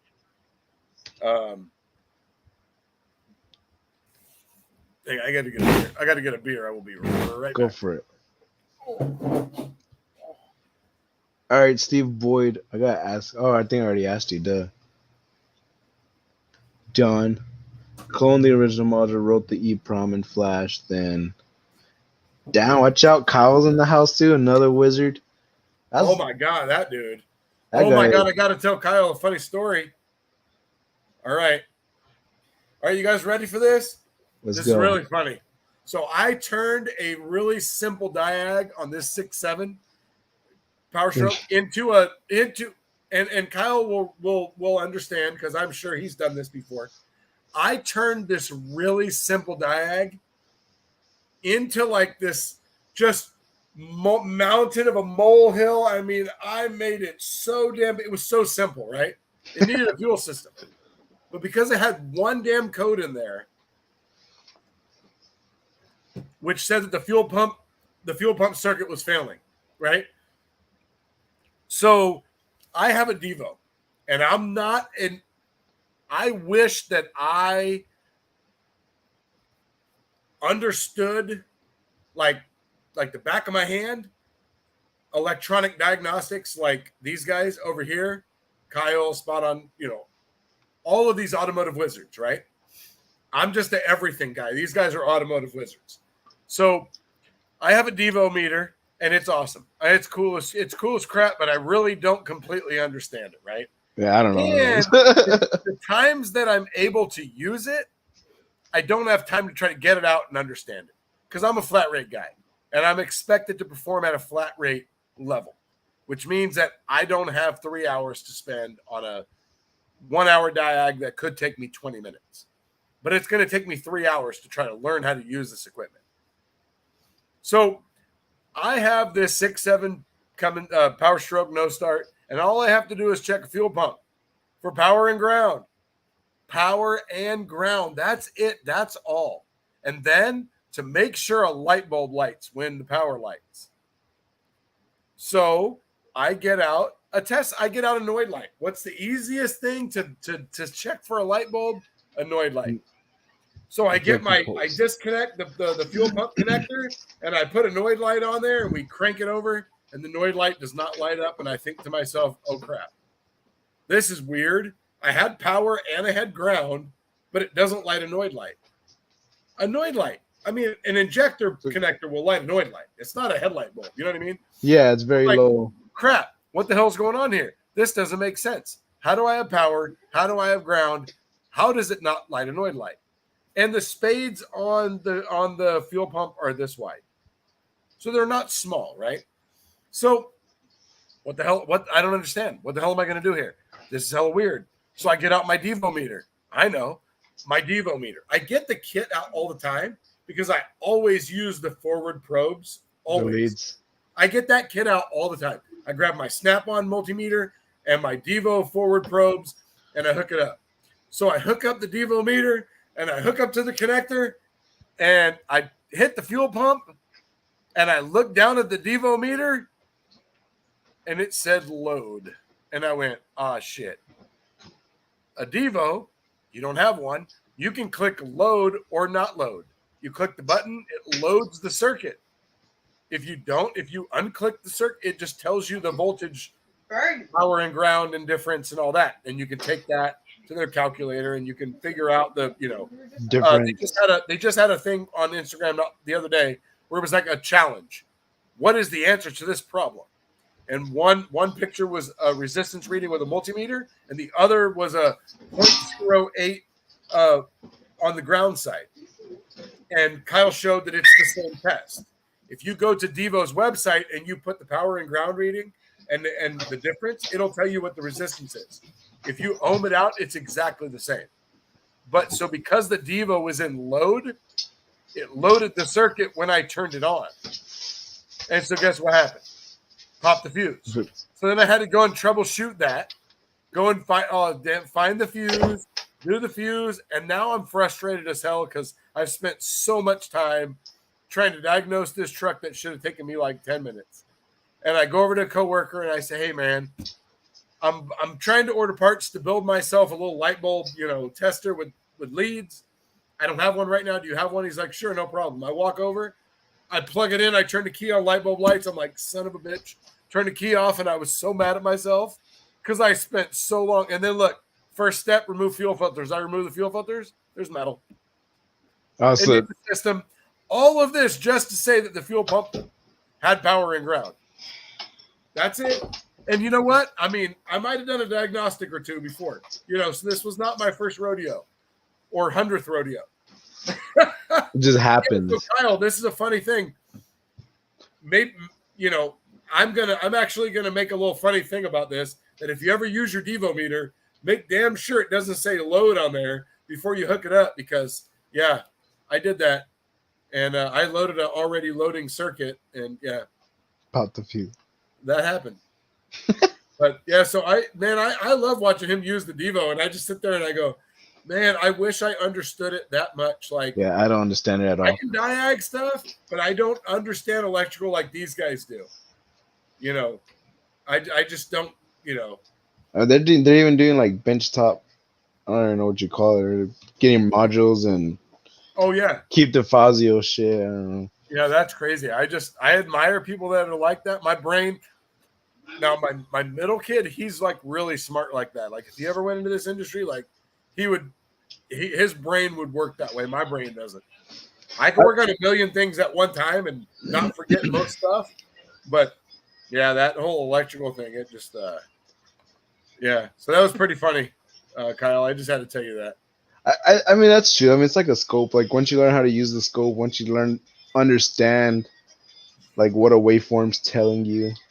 I mean, that's my end goal. Like I just want to eventually just do diagnostics and programming I have never known. I've never been able to. So I've always looked at that, and I'm like, first of all, I just want to tell you guys, if you guys, it's Volta Auto Diag. It used to, that's his company. But anyways, here's your answer right here. Dazeni. Radiators on the ground. So he pulls the whole front out. The on Fords, the whole front is called a cooling module. Oh, okay. I was like, what the hell? And if you get like that, I did a video on an E350 radiator on a 6-liter, and the first step was remove coolant module. What the hell is a coolant module? Well, if you don't work for, and guess what? If you don't work for Ford, you don't know what a coolant module is until you watch my video, and you're like, oh, it's the radiator, transmission cooler, condenser, power steering cooler. Couldn't say the Everything front cooling in one, system. 45-pound cooler you got to take off with a friend and then someone else, and then don't break it, But Gotcha. Ford calls it. Because I mean, it literally takes like, because I think the radiator plays like 6 hours, but I mean, it takes like 40 minutes to pull the front end, maybe 40 minutes. I mean, I don't know if you have to evacuate. I don't remember. It's been a while since I've done one.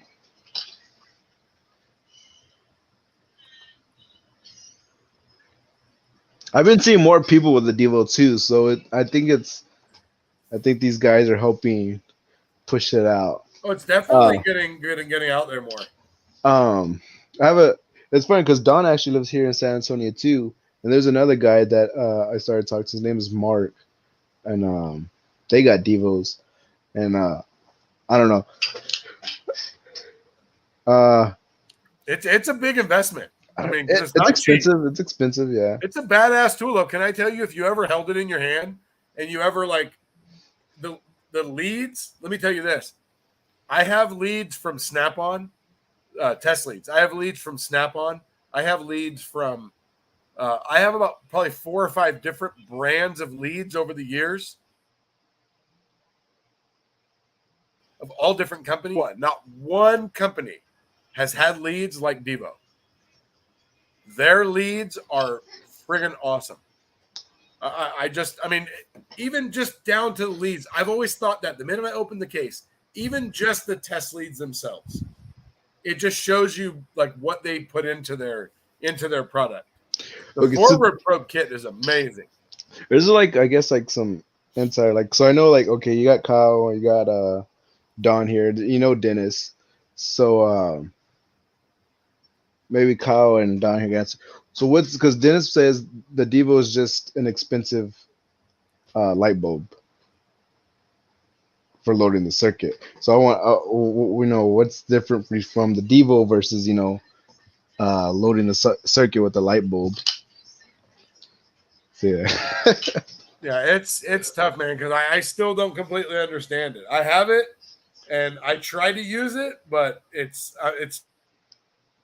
Hey, so I know you had ordered the U I'm scope still learning. and it was on back order, right? They told you like several months.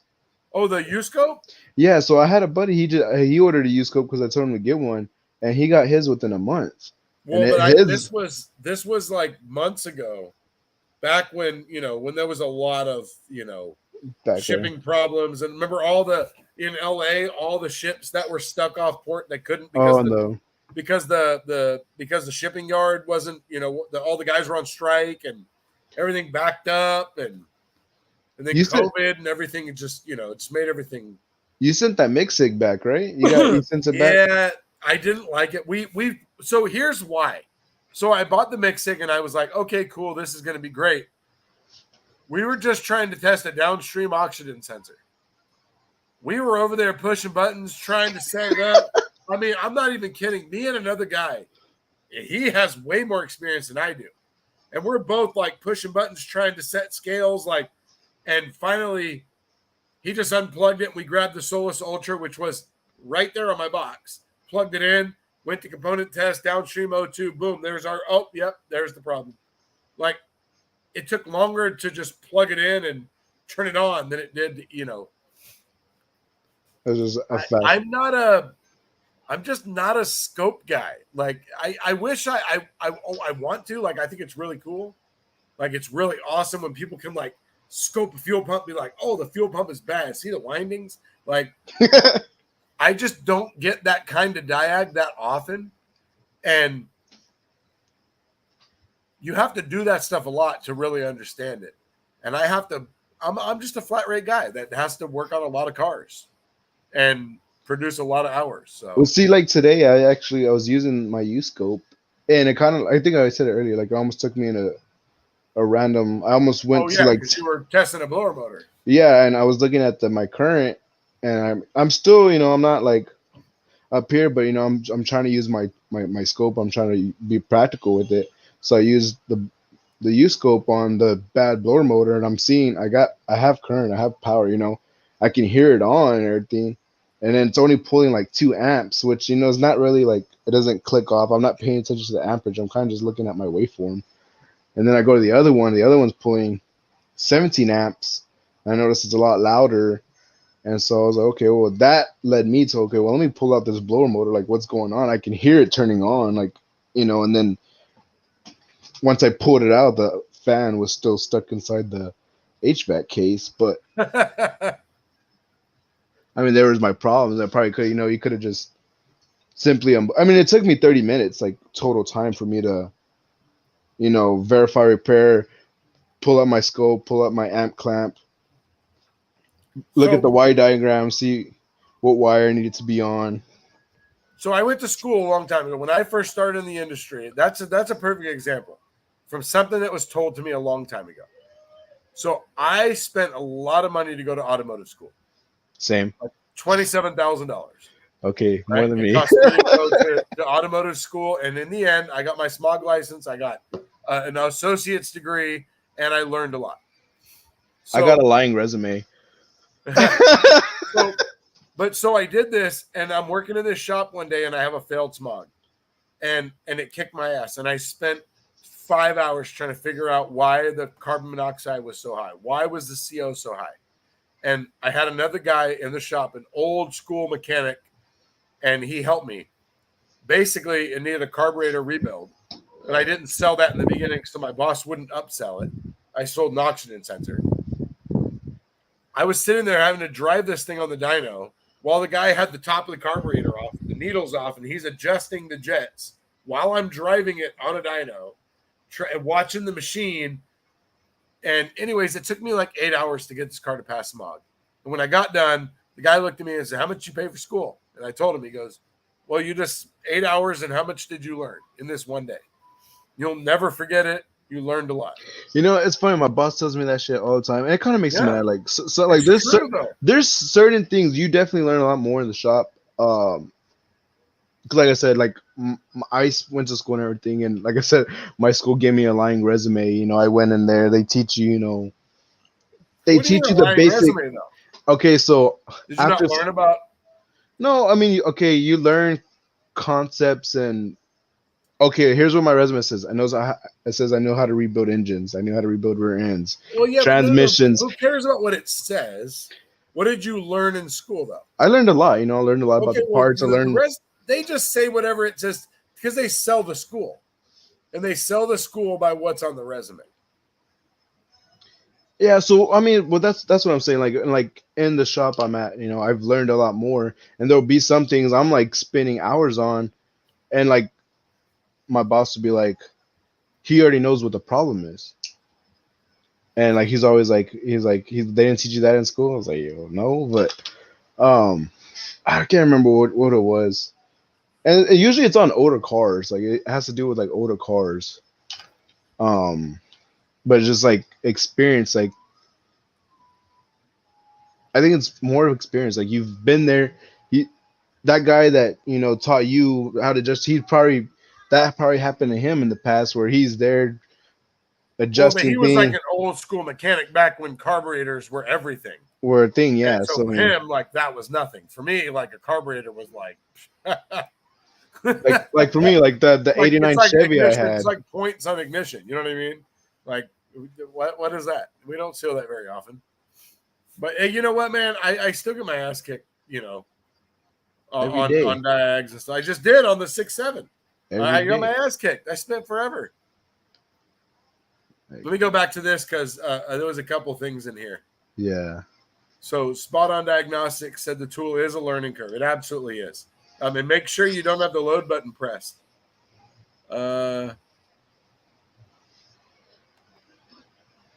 then here you go. Hang on. Somebody said something a second ago. Oh, here you go. Right here. Ready? You ready? Boom. Right there. I told you the power leads. These things are awesome, man. Power leads.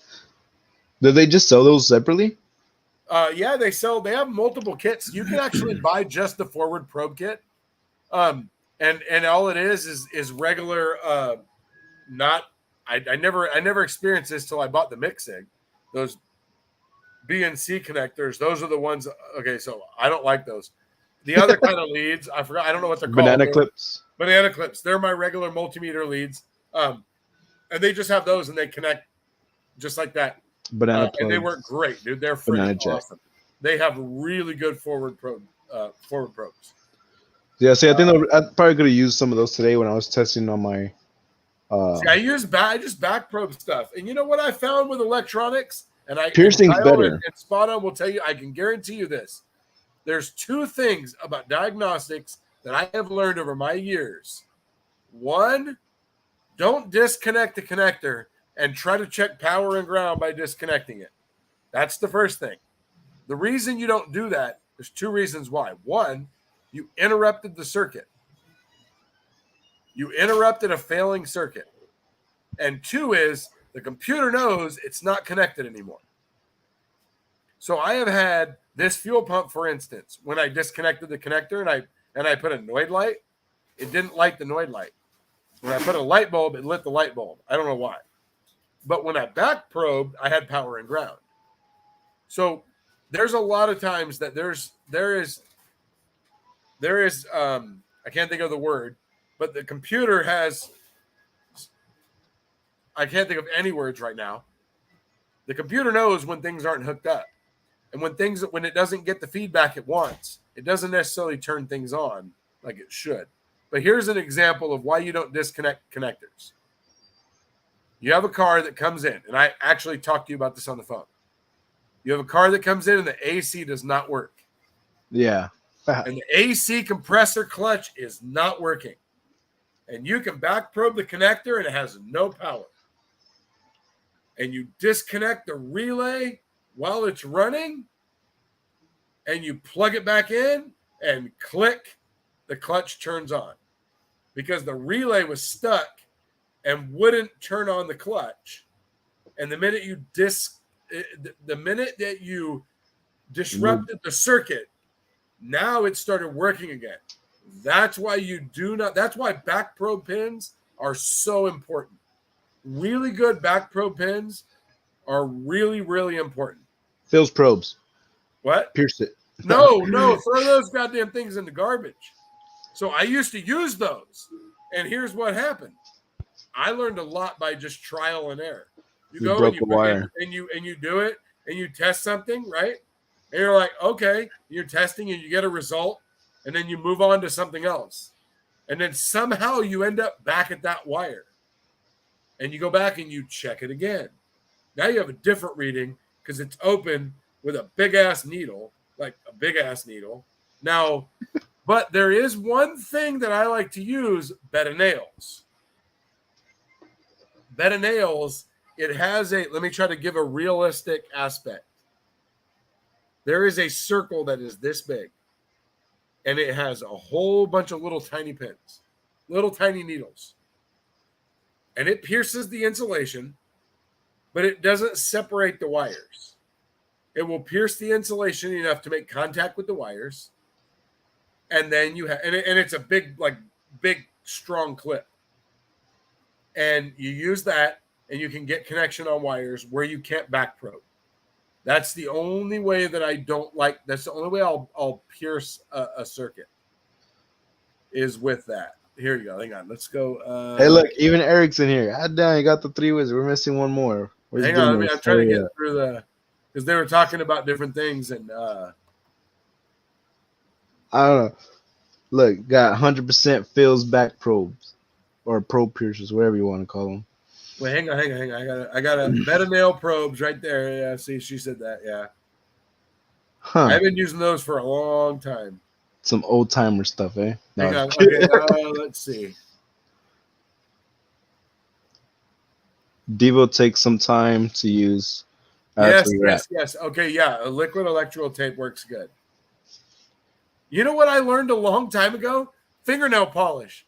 I worked with a guy, maybe it was in school, and he told us, keep a bottle of clear fingernail polish.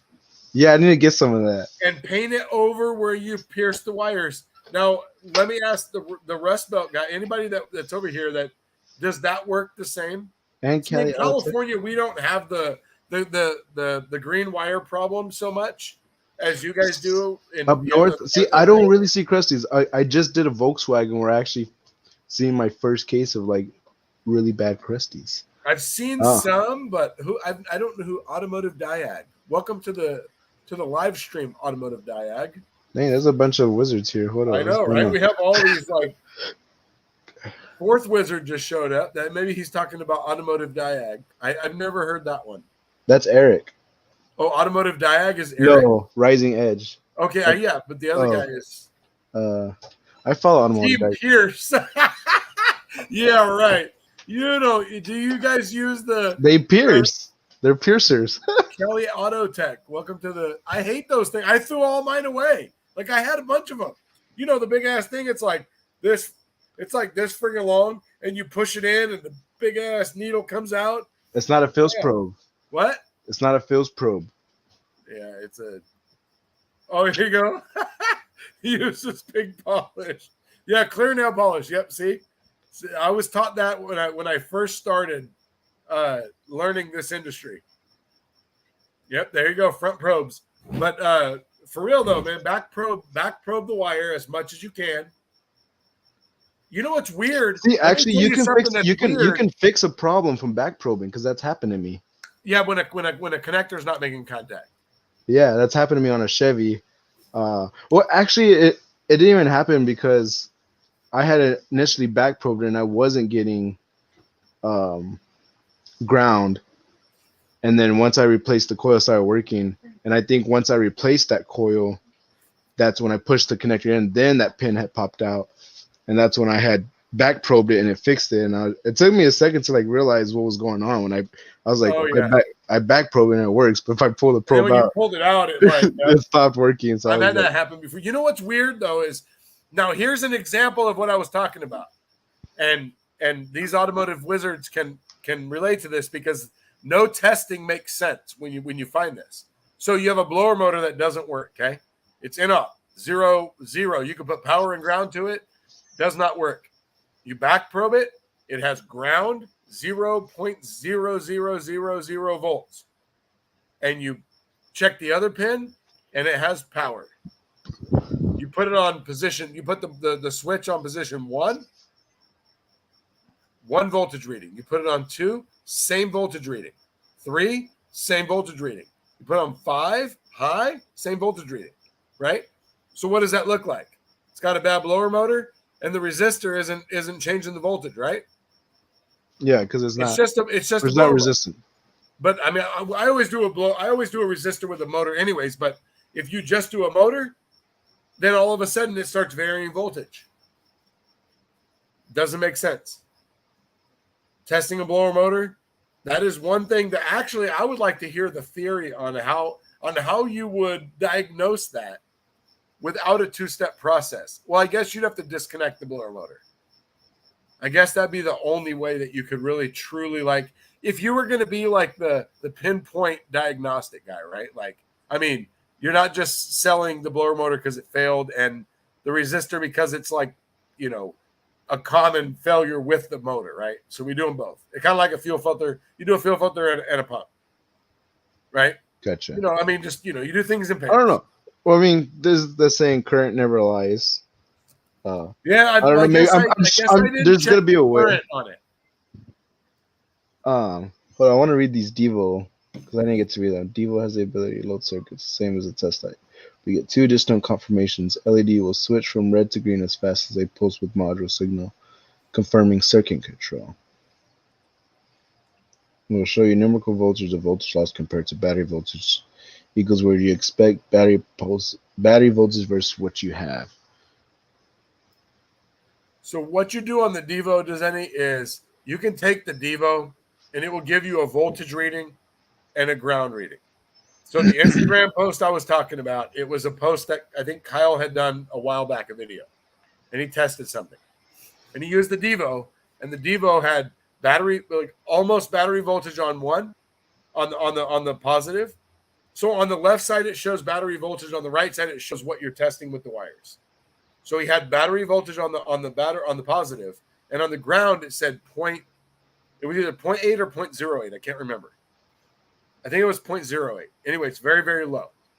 And in another slide, it showed a multimeter with a resistance reading. So I actually did this. I tested something, and I used the Devo, and I tested it because I wanted to see the truth. And so I tested something, and I checked the power and the ground, and I went to their website. It's really easy. You go to their website, you enter your power reading and your ground reading, and it will tell you the resistance reading. I checked it with a multimeter, exactly 100%, exactly the same. Interesting. So it is you're testing resistance without disconnecting. I don't know. Anyways, but yeah, it's a trick. It's the way it works. It's a man. But the load mode, don't use it if the component is turned on. That's all I got to say Circuit right integrity there. plus Just don't bias do it. voltage. If you do that, what you have to do is when you hit load and the circuit is already turned on, just go ahead and go get another fuse. Or hope you don't let the smoke out of the box because that happened to me. Load mode will do the same as Jonathan Reynoso, welcome. Yes, he Devo is. Circuit integrity get great when you need done and check circuits for learning. You could damage a terminal back probe and get ASA. Yeah, see, you can, yes. So that's why you need those micro. I have those too from Snap-on. They're like so small that they look like little mosquito stingers. They're Team really, Pierce. really See, small. Don says he's Team Pierce. Yeah, right. I'm telling you, man. It's. I hate that. Okay, dude. so I had a conversation with Eric and Dennis. You're talking about the one where it opens up and it's got the one needle that sticks through, right? Well, there's newer Pierce. It's not. We're talking about Phil's probe. I'll send you a link to Phil's probe. Yeah, well, I have to see that because I only It's a know piercer. Like the older ones. But basically, it's like it's like this. It's like a hook. Hang on. It's like a hook like this with one big ass needle. Those are old school. I mean, there's all kinds. I can't even do it. The stupid. It's just But it was a conversation, and I was checking a ICM on an old crank signal or something like that, and I had back probed at the crank sensor, and I was getting such a super weird waveform, and then I moved and I pierced it, and I was getting a better waveform. And Dennis had told me if he gets, I don't know if it was Dennis or Eric, one of them told me that if they have a weird waveform when they back probe, they pierce it just to make sure to verify, or if they get a waveform with back probing, they'll pierce it to see if they get the same waveform just to verify that piercing is the better way to go versus back probing. Though it's very understandable that you can damage, a wire from piercing. You can poke a hole, you can break the wires. Everything in diagnostics, you have to understand that everything that you do, you can cause a problem if you don't do it right, if you're not careful, or sometimes shit just happens, right? Piercing when you the need one to. thing that you can help though is forward probing with the right tool. Because I'll tell you what, I did that one time, and you'll never forget the one time that you did this. I had a bad wheel speed sensor in a Chevy Express van, and I replaced the wheel speed sensor, and I still had a problem. And I tested this thing till I was blue in the face. And what I did was when I pulled the connector off, I forward probed it with the wrong spread size the terminal. clamp. So I spread the terminal, and I spent a lot of time figuring out what was wrong with that. And all it was a man-made problem. But let me ask the piercing, the team piercings, right? Do you guys prefer piercing or bed of nails? Or do you not use bed of nails? Okay, go through the comments because they're all talking about. So it's like, if in doubt, pierce. Bed of nails are great.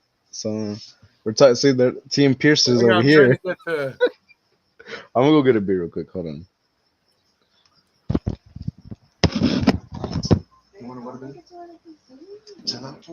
They can't. AES Wave has low impact probes that I love. Huh. I'll have to check that out.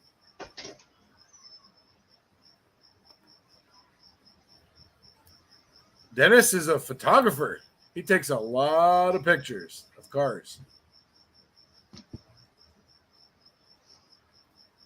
See, that's what I know is the Power Pro piercers, and that's what I used to have a long time ago, was ones that are just like that. And I threw those things in the garbage. I got bit in the ass on so many diags because those stupid things. Because it opened up the wire so far, and you had these little tiny wires, and it put such a big ass hole in the wire. Maybe the other ones are different than the ones I had, but the ones I had, so here you go. If in doubt, pierce, but bed of nails are great. So yeah, see, the only thing about bed of nails, the only negative thing about bed of nails is that it is not always strong enough to pierce the wire. So I've had some times where I actually had to take pliers and I had to push the bed of nails together because the insulation was so hard that the nails couldn't get through the insulation. And this is absolutely 100% correct. Man-made problems are the absolute worst to figure out because they don't make sense. Man-made problems do not make sense. You are very correct. The size of the wire in space, yeah, I get. See, that's the other thing about diagnostics is that, you can never say always. Well, you can't ever say always in our industry, period, anyways. But especially in diagnostics, because it's always about how much room do you have? How hard are the wires? Can you back probe? Because how many times have you had those connectors and stuff that you cannot back probe? Like you cannot. It's too hard. It's just too old. Or maybe finding the location. Like I think like that blows my mind. Maybe you need a pierce in that factor. What? Like okay, say like you have like because I see them do it all the time. Like say you have like you want to check an injector, right? But it's under intake manifold, so people go to the PCM, right, or a junction connector. Yeah, but Microsoft Rising Edge does that. I just saw the other day. He like, goes how do you know a junction connector.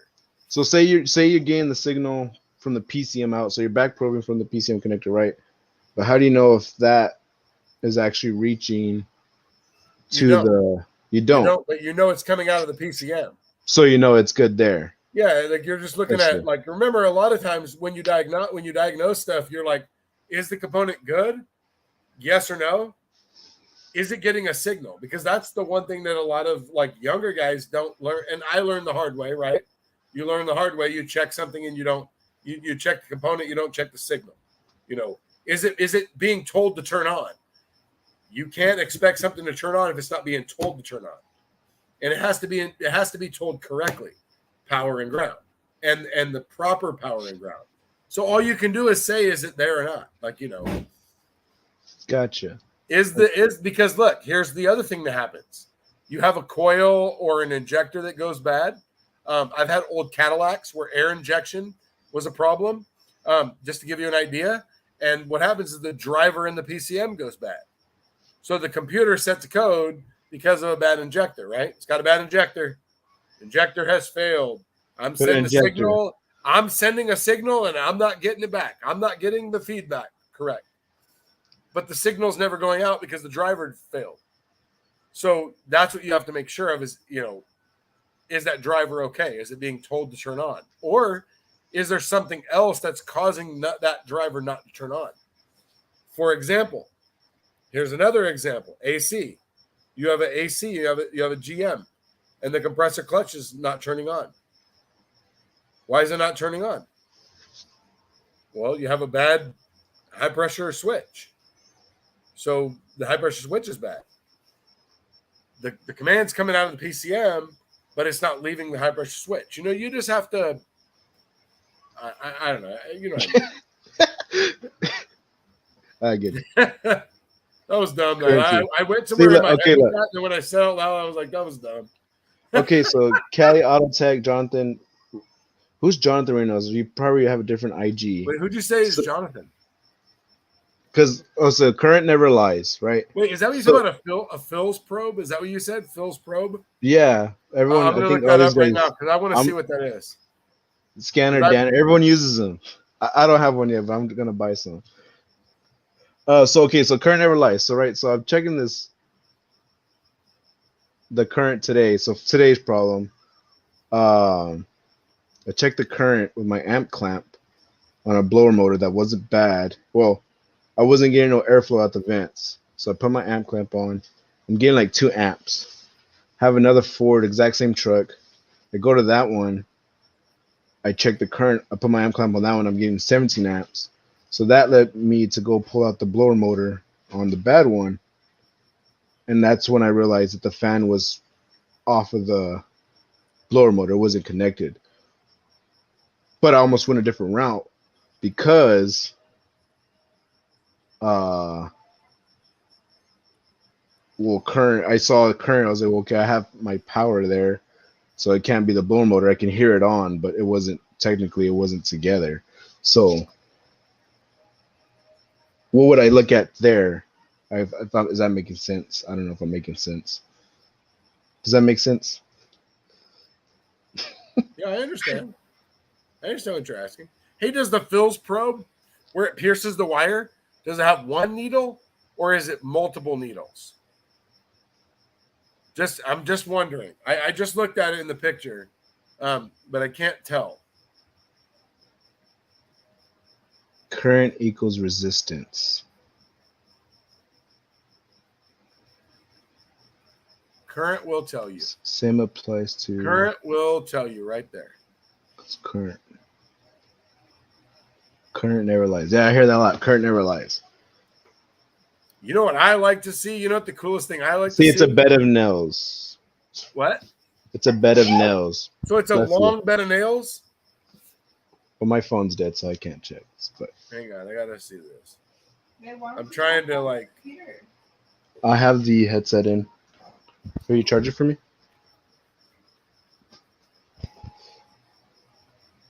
Okay, all right. So I'm okay. So it's just a piercer. Okay, Ah, so it is a bed of nails, but it's a bed of nails in a pro long type of piercing. Okay, so Kyle, it's a blower motor moving air versus blower motor freewheeling. Damn it. See, look at that. that's experience. That's going to be an experience, Dazeni, right there. That's going to be one of those things to where it's like a fuel pump, right? So I know guys that they current ramp fuel pumps all day long. Every fuel pump, every time they suspect there's a problem, they current ramp the fuel pump. I've never current ramped the fuel pump, but anyways, they could tell you like, oh yeah, look at this one right here. This fuel pump is on its way out. Okay, it's working, but because you don't do it right. Yeah. You know what I think is the coolest though? One of the things that I really like that I've never done is I bought a scope because I really wanted to do this. I was really like, you know what? Those times where you have a misfire and it's a coil or an injector, right? And you just go and you take the fuse out and you put a fused loop in there and your amp clamp and you reference number one and you look at all this and you're like, I watched hang on, who did this? Cody's Diagnostics did this. He went to a shop and Nissan has no misfire data. Oh, the Infinity. He walked into a shop, hooked up to an Infinity, and he went, this one is 2 aftermarket coils and a bad coil. And I was like, damn, I want a coil and I want to do what that guy did. And I'm not even kidding. I swear to God. I'm like, that's what I wanted. I don't get enough diagnostic time to mess around with that kind of stuff. And I just don't have the time outside of work to spend, I guess, to invest would Practice. be what it would be. To invest in, learning that whole thing. But that's my funny See, I've only checked one fuel pump. It was on a Corvette. there you go. 17 at amps the is a amp. large load. 2 amps is a small load. 2 amps is a small load. Yeah, and it was 2 amps at full blast. So I guess answers my question. It's like a fuel pump. You could look at a fuel pump. So I've been in classes where they talk about current ramping because I've been to a lot of like automotive diag classes and things like that over my years. Like, I mean, I probably have like a stack of certificates like that thick of all the classes I've been to. But anyways, they talk about current ramping and show it in pictures and then, all this different stuff where you can look at it like a fuel pump and a current ramp and you can be like, oh yeah, this fuel pump is dead. And you can look at another one and be like, oh, this fuel pump is on its way out. But now So I've been in another class. I was in a Hyundai class one time, and they were like, you could scope a crank sensor in a Hyundai and a Kia, and you can tell how close it is to the timing belt being popped. Oh shit! Yeah, because let's say the crank sensor I'll drink for ya guys since y'all don't have a beer. I gotta get. Let's say the waveform should be here. Let's say it should be here, and then it spreads out like that far. and so you can tell the pulses are further away. And I was in a class, and they were like, "See, you could tell right here. This one right here. This one's about to need this one needs a timing belt." And I'm like, "Yeah, okay." But how Right. if it's reading off like a reluctor, like say a reluctor wheel or I don't remember. I mean, I guess it's like reading a spark line. I don't remember. I don't. All I remember is they were looking at the crank sensor, and by scoping the crank sensor, they could tell you that it was going to need a time belt pretty soon. I thought that was a bit far fetched. Like, I mean, I've heard some. It's 100, dude. Yeah, I. But that was a funny thing that I heard in a class one time that Funny story. This happened to me like 3 or 4 times. All Kias, all Hyundais, all the same engine. Hang on 1 second. I had a Kia Sorento, I think. I did the AC compressor, and it was running before. And then did the AC compressor. Went to go start it. Crank no start. Timing belt. Then I did another one. I did valve cover. Same Hyundai version or Kia version. Same engine. Did valve cover gaskets. Same thing happened. Timing belt. Wait, you did valve cover gaskets and the timing belt, and then the timing belt popped or something? I think it's a 3.3 or 3.8 or 3.5 or something like that. Yeah, it's one of those two. Yeah. I don't know. It's happened to me like 3-4 times where I've worked on it completely separate, and like the timing belt goes out, and I'm just like, well, great. So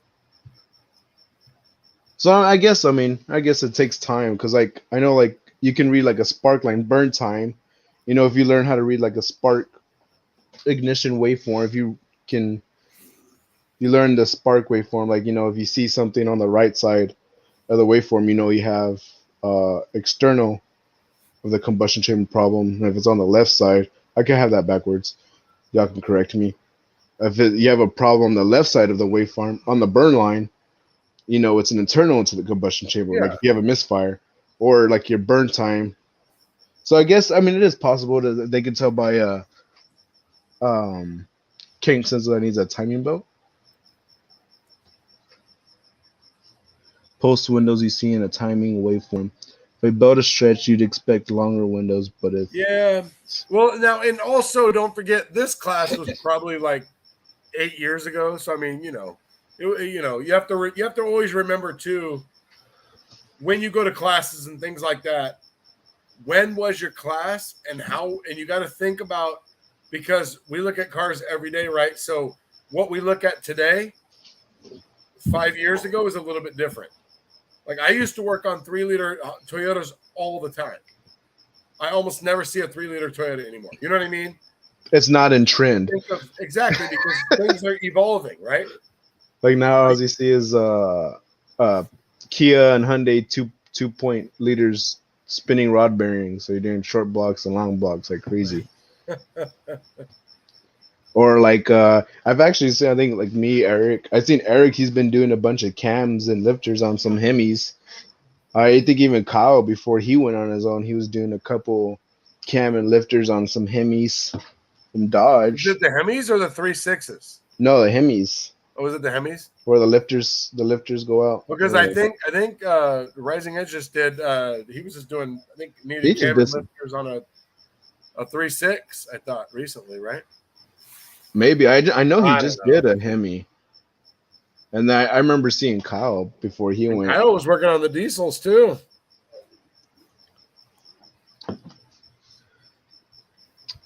See, I need to learn more about the cam-crank correlation, but I need a multi-scope. So saving up for a Pico. Let me ask this question, and I'm curious. I think I asked it earlier. I don't know if it ever got answered, but so you hook up to a blower motor and the blower motor doesn't work, and you have 0.0 volts on the ground, and you have, let's say, 12.4 volts on the positive, and you have the same voltage in power and ground, no matter what position you put the blower motor in. How would you know if the resistor was any good? Because at that point, it looks like the resistor is like just. Well, wouldn't you go to the? Wouldn't you go onto the resistor? Because so you have a wire, right? So like you have a wire that goes into the blower, but you also have the same coming out from the resistor. Good night, Caliata. Thanks for joining us. Yeah, later, man. Thanks for stopping by. So, okay, because the blower motor, you have 2 wires, right? You have one power, because the other one's not ground, because they both have power. It What? goes through the So resistor. you have power. Usually, you have a lot of times you have power, and then you have varied ground or whatever. But but but it doesn't matter because you're just looking at what's going to the blower motor, the command, right? So you would expect to see a varying voltage on the blower motor. Because if it always had 0.0 volts on the ground and it always had 12.4 volts on the positive, it would always work on high. Hey, Dennis is here. Watch out for. I was just Oh about my to see God, this guy's Dennis, what's video. up, man? The motherfucking slut. He took a break from taking pictures. He takes some badass pictures, man. For real.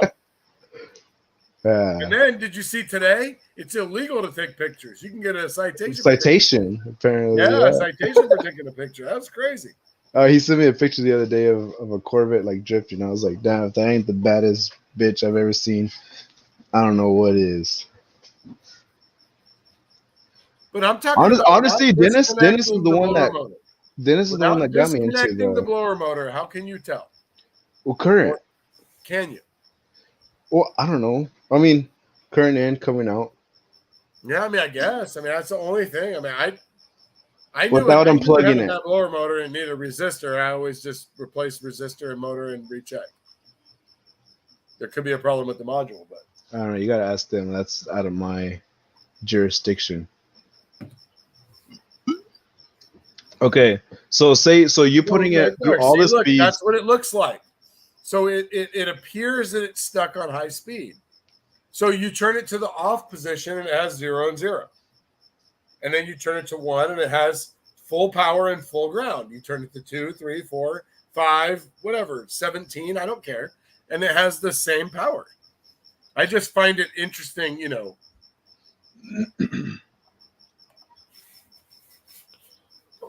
But you can't, but that you can only do that if you see, and that's the other thing is if you disconnect the connector, I guess you would maybe see a difference. It was just one of those stupid electrical things that I look at that I just wonder. Like, I mean, I know what the answer is. I know it needs a blower, and you know, the resistor is, you know, it needs a resistor, but and it fixes it. But I just an engine. The theory behind it, you know, that's the part that always gets us, the theory. I think we're just missing Carter. Someone and Madtech. Someone go get those motherfuckers. Open circuit voltage with no current equals field voltage drop. You have an open circuit. Varying voltage. See, if it has a logic, then it's different because it knows that things aren't working. That's the other thing you have to always remember is that, and you know what? That is, and I will say this about electronics, is that is one of the hardest things about electronics is finding out how why it needs an engine is working. How it works. Because you can't always find out how it works. You can go into description and operation, you can go into everything, and you cannot find what it's looking for. You can't find the inputs that it wants to see, and you don't know what it's supposed to be putting out. So you don't know if 11.12 volts is good, or you know what I mean? Because it doesn't tell you. That is a very difficult part of diagnostics is, there you go, variable ground. Yeah, I knew it. Yeah. But you don't get that if it's bad, you know, you just don't see it. And there you go. See right there. Okay, so Kyle just said that. Have you worked on a BMW? And then it puts it on high. Because that's like the default to a blower motor is high.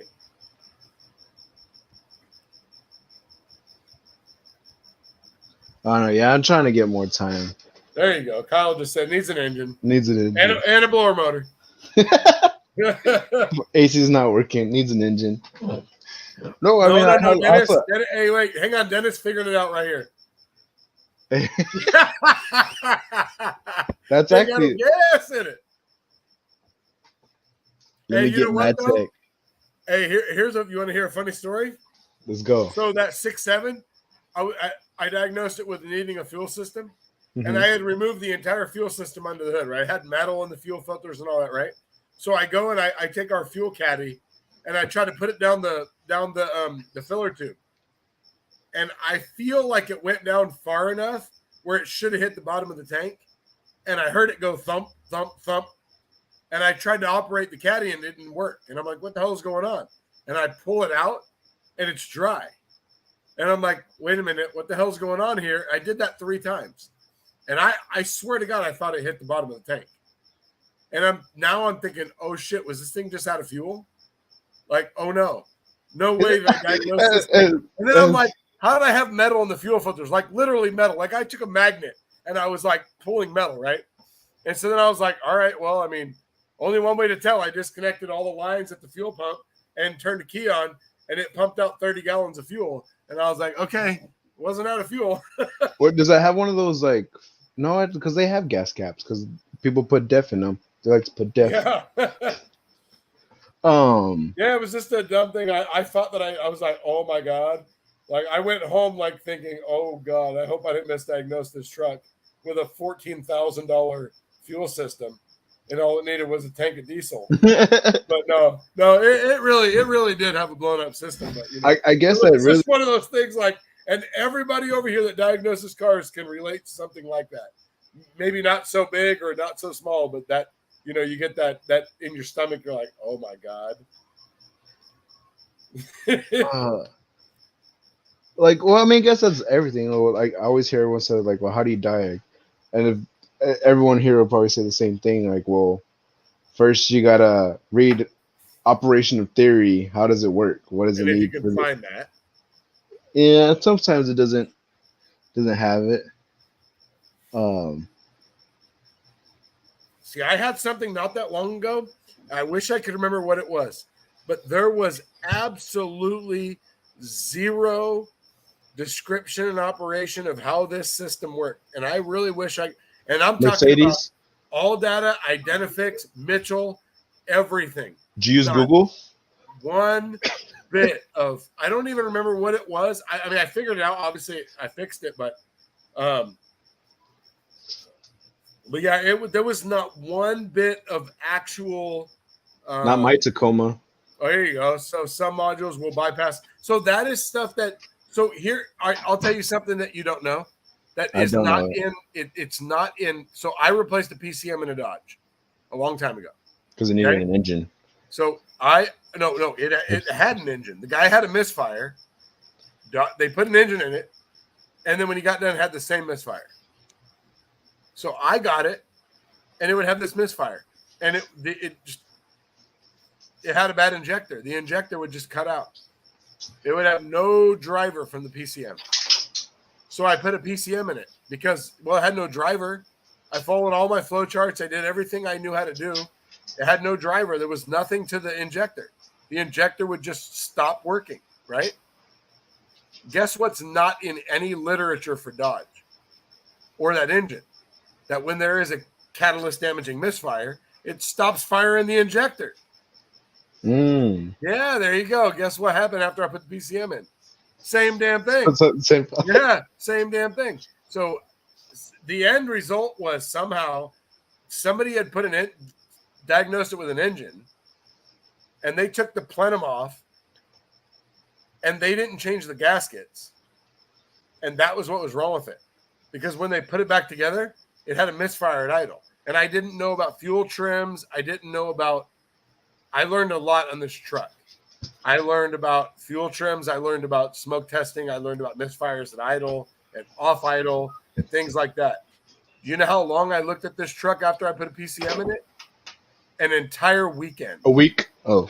I stayed until like 10 o'clock at night on Friday night after I figured out that I messed up and it wasn't the PCM.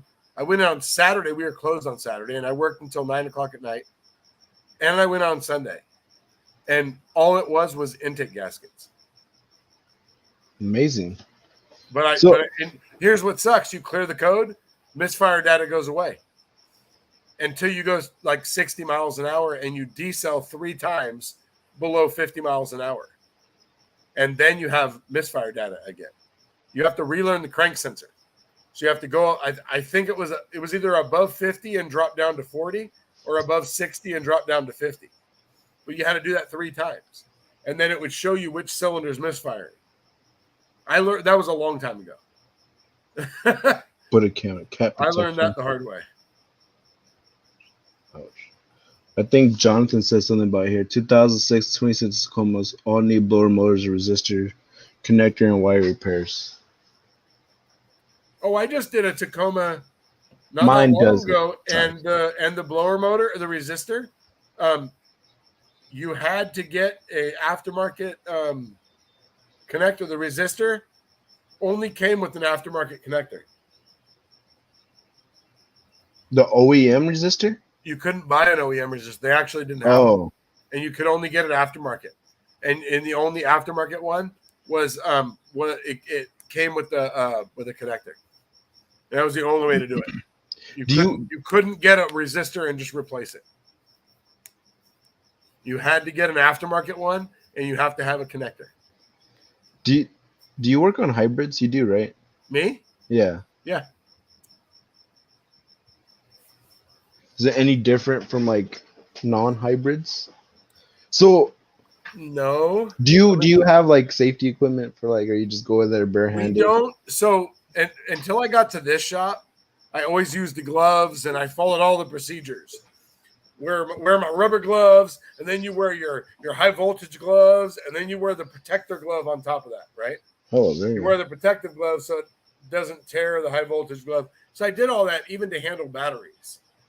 And then I got to this new shop where I'm at. I've been there for a year and a half, but we've done like 150 batteries since I've been there. Like, holy shit. Yeah, I had only done a couple like before I got to this shop. Like we have a lot of. Well, we have 5 Priuses that we have as like shop cars. You live in Cali. That we loan out to people.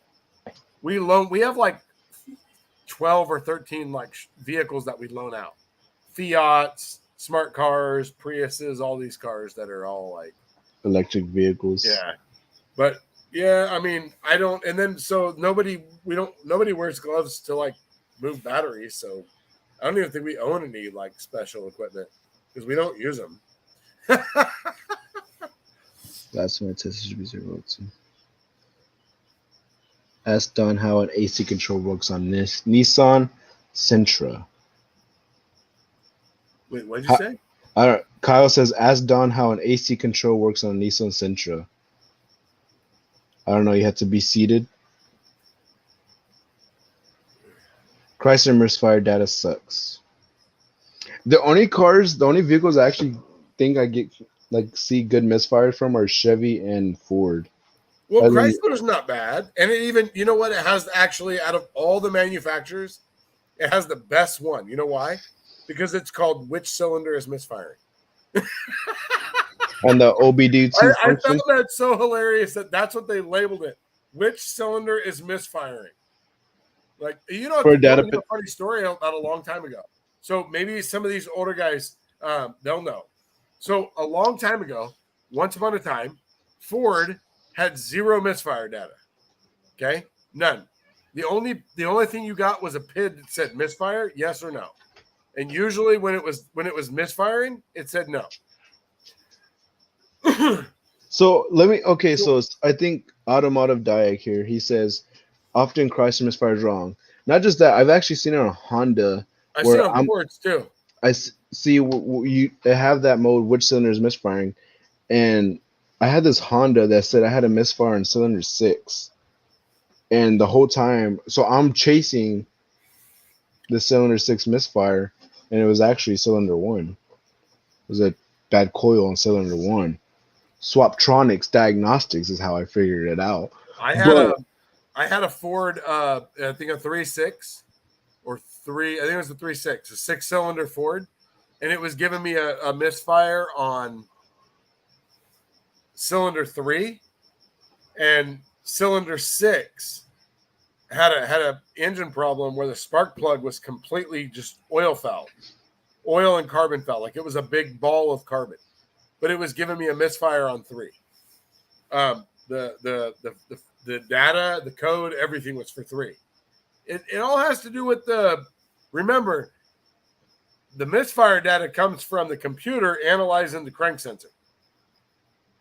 And so for some reason, gasoline engines just cannot analyze the crank sensor like a diesel. Because I can tell you right now, if a diesel says that cylinder 3 is misfiring, cylinder 3 is misfiring. Like with all caps on, it's misfiring. Like no question about it. There, if it sets code for number 1, it's number 1, not number 2, not the next one in the firing order. It's number 1. So diesels are so much more spot on. It's crazy. But I just saw. Here you go. Here you go. If you work on diesels, here you go. Rising Edge told you what to do. There you go. Lick the orange wires. I was just about to say. I was just about to comment. Hey, I remember the first time I ever did an engine in a Prius. I was hella nervous. I took the cover off the inverter and I got my multimeter and I was checking the voltage because if you ever read the directions for replacing or removing any sort of high voltage under the hood, they have you remove the cover for the inverter. Well, first you have to disable the high voltage battery, right? First you gotta disconnect the 12-volt battery. The 12-volt battery. There you go. And then you got to disconnect. then you got to disable your high voltage battery, and then you got to go pull the cover off of the inverter, and then you have to take your multimeter and you have to go check it to make sure it doesn't have, You got to let it sit for 5 minutes. Yeah, 10 enough minutes. voltage to kill you. And okay, because I actually not the first, but I did a transmission on a hybrid on a Honda Civic. And there I was like, okay, well, this is the first time I actually got to disconnect any of these cables. So I didn't have any safety equipment, but I went and made sure I read all the service information. I'm not ready to die. So let me see how I do all this. But hold on, Kyle, I'm going to answer your question. They weren't companions. That's what threw me off because cylinder 6 is on the radiator side.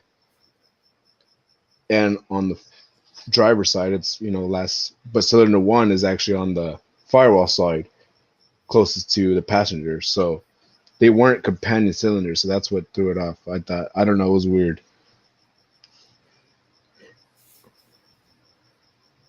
No, you're not. Are any of us here? I don't know what Dennis is talking about. See, okay. We take batteries out of hybrids all day long. Eric's the real deal, man. The other day he was measuring some lateral runout. I've never seen that done.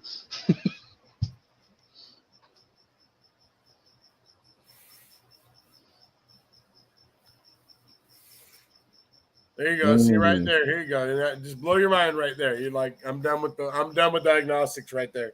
That just hurt my brain so much. I don't know how to comprehend that.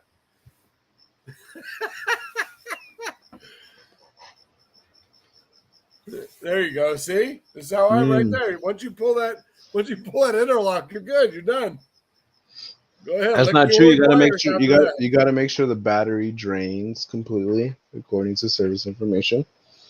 That any voltage is not that's left there. Eric is a stud. Until I got to this shop I'm at now, I used to be hella safe. Disconnect this battery, disconnect this, disconnect the battery if I'm disconnecting an airbag component. And I got to this shop and I'm like, you're telling me you don't disconnect the battery when you're messing with airbags? Well, not always anymore. It's funny. The other day I had a 2010 Nissan Armada, and I was talking to Don and Dennis. I was like, how the hell do I test this? Because here's Nissan's diagnostic procedure flowchart. It says if you have this code, replace airbag module. Airbag module is $2,400.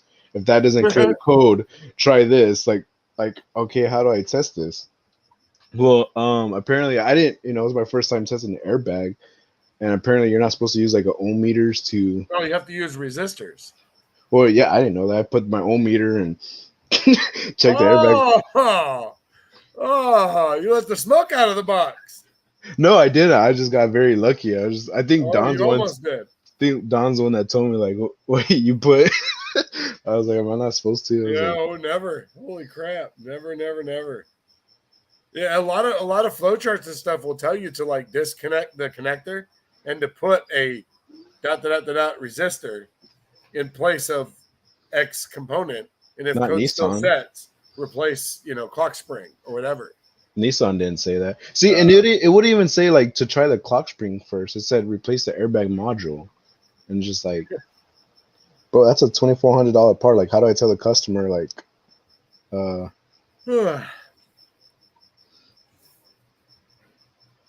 I'm gonna have to bounce, dude. I'm getting tired. look at the firing order, fool. You got to be tired too. It's like almost midnight there. It's only 11:30. Well, oh yeah. No, just kidding. It's almost midnight. I know what time it is. Hold on. How many people we have in here? Like 15? 11? 11. Not bad. Nah. Hey, I want to say thank you to everyone that came out and hung out with us and participated in the chat. It's been fun chatting with you guys.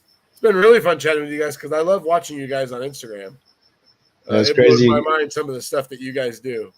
Crazy, everyone's in here. It's like I know, like Rising Edge, man. I don't even know.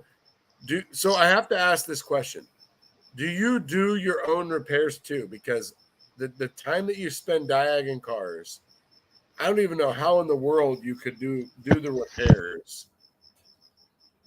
And I mean that as a compliment. I was telling Dazeni earlier, like some of the times that it takes a lot of time to do a lot of these tests, and it takes forever just to figure out like the wires and pinning it out and where the connector is and which wire to back probe, and it's not like a 5-minute thing, and then you got a 20-minute test, and I think Eric's been in the game as long as you, man. But yeah, I don't know. I think it's crazy too. I mean, the goats, Dennis doesn't know. The goats, and then me. These guys are all. There you go. See right there. Your 9-volt battery and the voltmeter can set off the air. Yeah, you gotta be careful with airbags, man. I had to, what's crazy is, so when you do soldering on automotive wires, we use rosin core solder, right? You know that, right? Rosin core solder. Now, you're not supposed to repair airbag wiring. Like I had to replace a Buick one time. I had to replace an entire wiring harness through the whole car in a Buick because one connector on the front of the car got broken, and it was an airbag connector. And I had to replace I had to take the entire interior out of the car, like the floor pan, the headliner. Actually, like the guy came down and was like, I just want a new car. I didn't want to look at it anymore. I can't even imagine. Like I just saw my car with nothing in it. Like, literally nothing in it. Not even any carpet. I actually talked to the Honda mobile mechanic about that because I saw him. He was doing a bunch of like replacing a whole engine harness because of one airbag sensor. And I had asked, I was like, why can't we repair an airbag module? And apparently it's because like it's the resistance. Or maybe I don't know. Is that what? Because I think he had said something like it's possible that the repair could cause damage. Because so airbags, just so you know this, like I did a repair. Well, I learned it in school, but I had to perform a TSB on a Ford, and it was remove both of the front seats, and I had to replace the connector for both of the front seats. But you use acid core solder on airbag wiring. I don't even know what that is. I know it's not rosin core solder. it's acid core solder, and you can only use that for airbag wiring. But you can't always repair airbag wiring. Only when the manufacturer specifies allows you that you can repair it. Unless it's your own car. And this was a Ford where you could, and it told you exactly how to do it. And you had to replace the wires, and you had to solder in connectors. It was in a Ford Escape, long time ago. But you had to do it on. Oh, there you go. See, okay. So he doesn't do the big jobs. See, I do every job I look at. If I diagnose it, and I look at it, I do it. They call him the Diag flat rate master there at his shop. Yeah, that's crazy, man. With the big PP energy. It's crazy. So have any of you other guys repaired airbag wiring? And is that still correct with the acid core solder? Because back in the day, that I learned that in school, like almost 20 years ago. And then when I did, like I said, when I did the Escape, it specified to use the acid core solder. We had to buy like special solder just to do it. AC goes through 4 modules before it gets to the clutch. Wow. They say Nissan's a European of Asians. So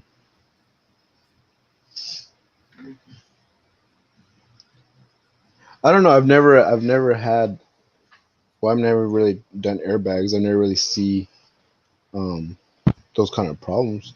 I mean, I personally think it would be okay to. I mean, it's like any other wire. I mean, if you can repair. Well, it's the same reason why you can't touch. So think about it like this: you can't just go and touch a connector with an ohm meter, because the resistance in your multimeter will set Can it pop off. up an airbag. Yeah, that's why. Because you're adding resistance to a circuit that With can't have resistance. Like you got to think about like an airbag system is like fine tuned to like the the finest of whatever. Oh, here you go. Hang on. Yeah, see.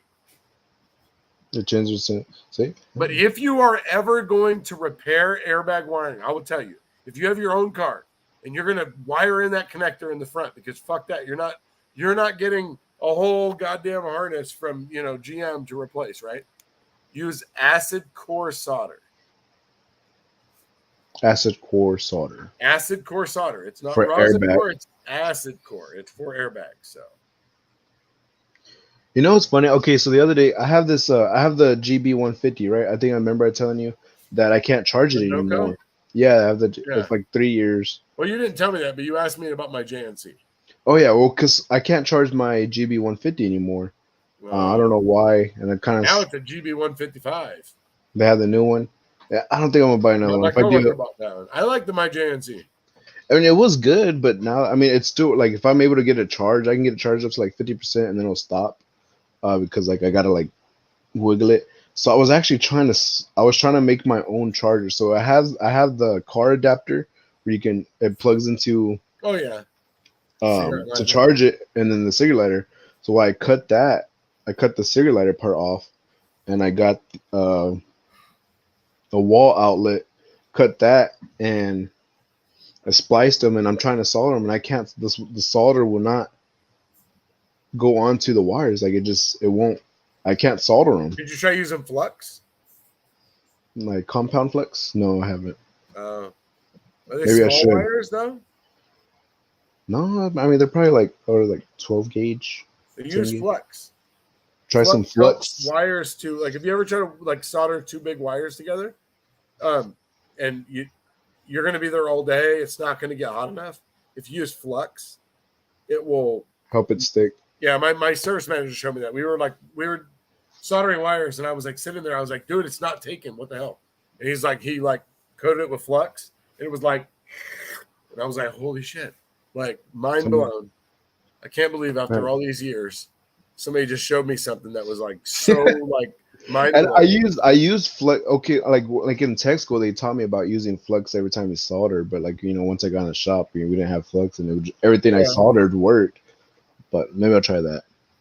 But all right, man. Well, I guess my JNC is awesome though. If you're gonna look into one, the JNC works great. Maybe you can give me one free. It started I had a stone cold, completely dead 6.7 Cummins. Fired right up, boom. A 6.7 Dodge. A 6.7 Cummins, completely dead, 0 voltage. Started right up. Oh, the other day I actually had a Sprinter also, a 3-liter Sprinter. The other day I had a 5.9s Cummins. And it's one of our regulars, but I guess he got stranded and he took it to like his son took it to the closest shop to them so they can get it fixed. And they told him it needed a starter and 2 batteries or whatever. They replaced the batteries in the starter and it still wasn't working. So then they towed it to our shop and they left I don't know what happened, but the positive cable from the secondary battery on the Oh passenger yeah, that side, goes across the batteries. it wasn't connected. Oh my god, that's like the first thing you check. I asked, I was like, why'd they tow this in?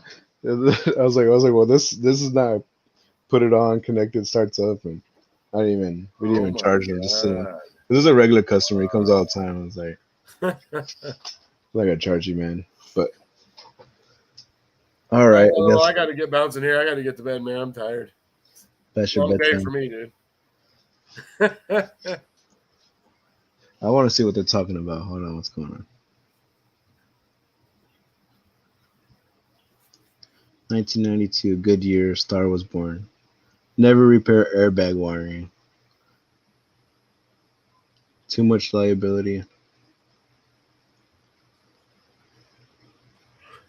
I've only repaired airbag wiring in one car, and that was the Escape, where the TSB told me to replace it or to repair it.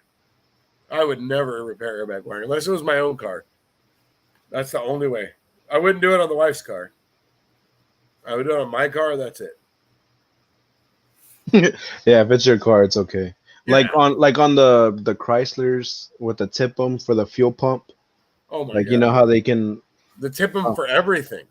Well, like you know how they say you can just bypass the fuel pump. Like they even made a TSB, but only for like certain models, so you can bypass.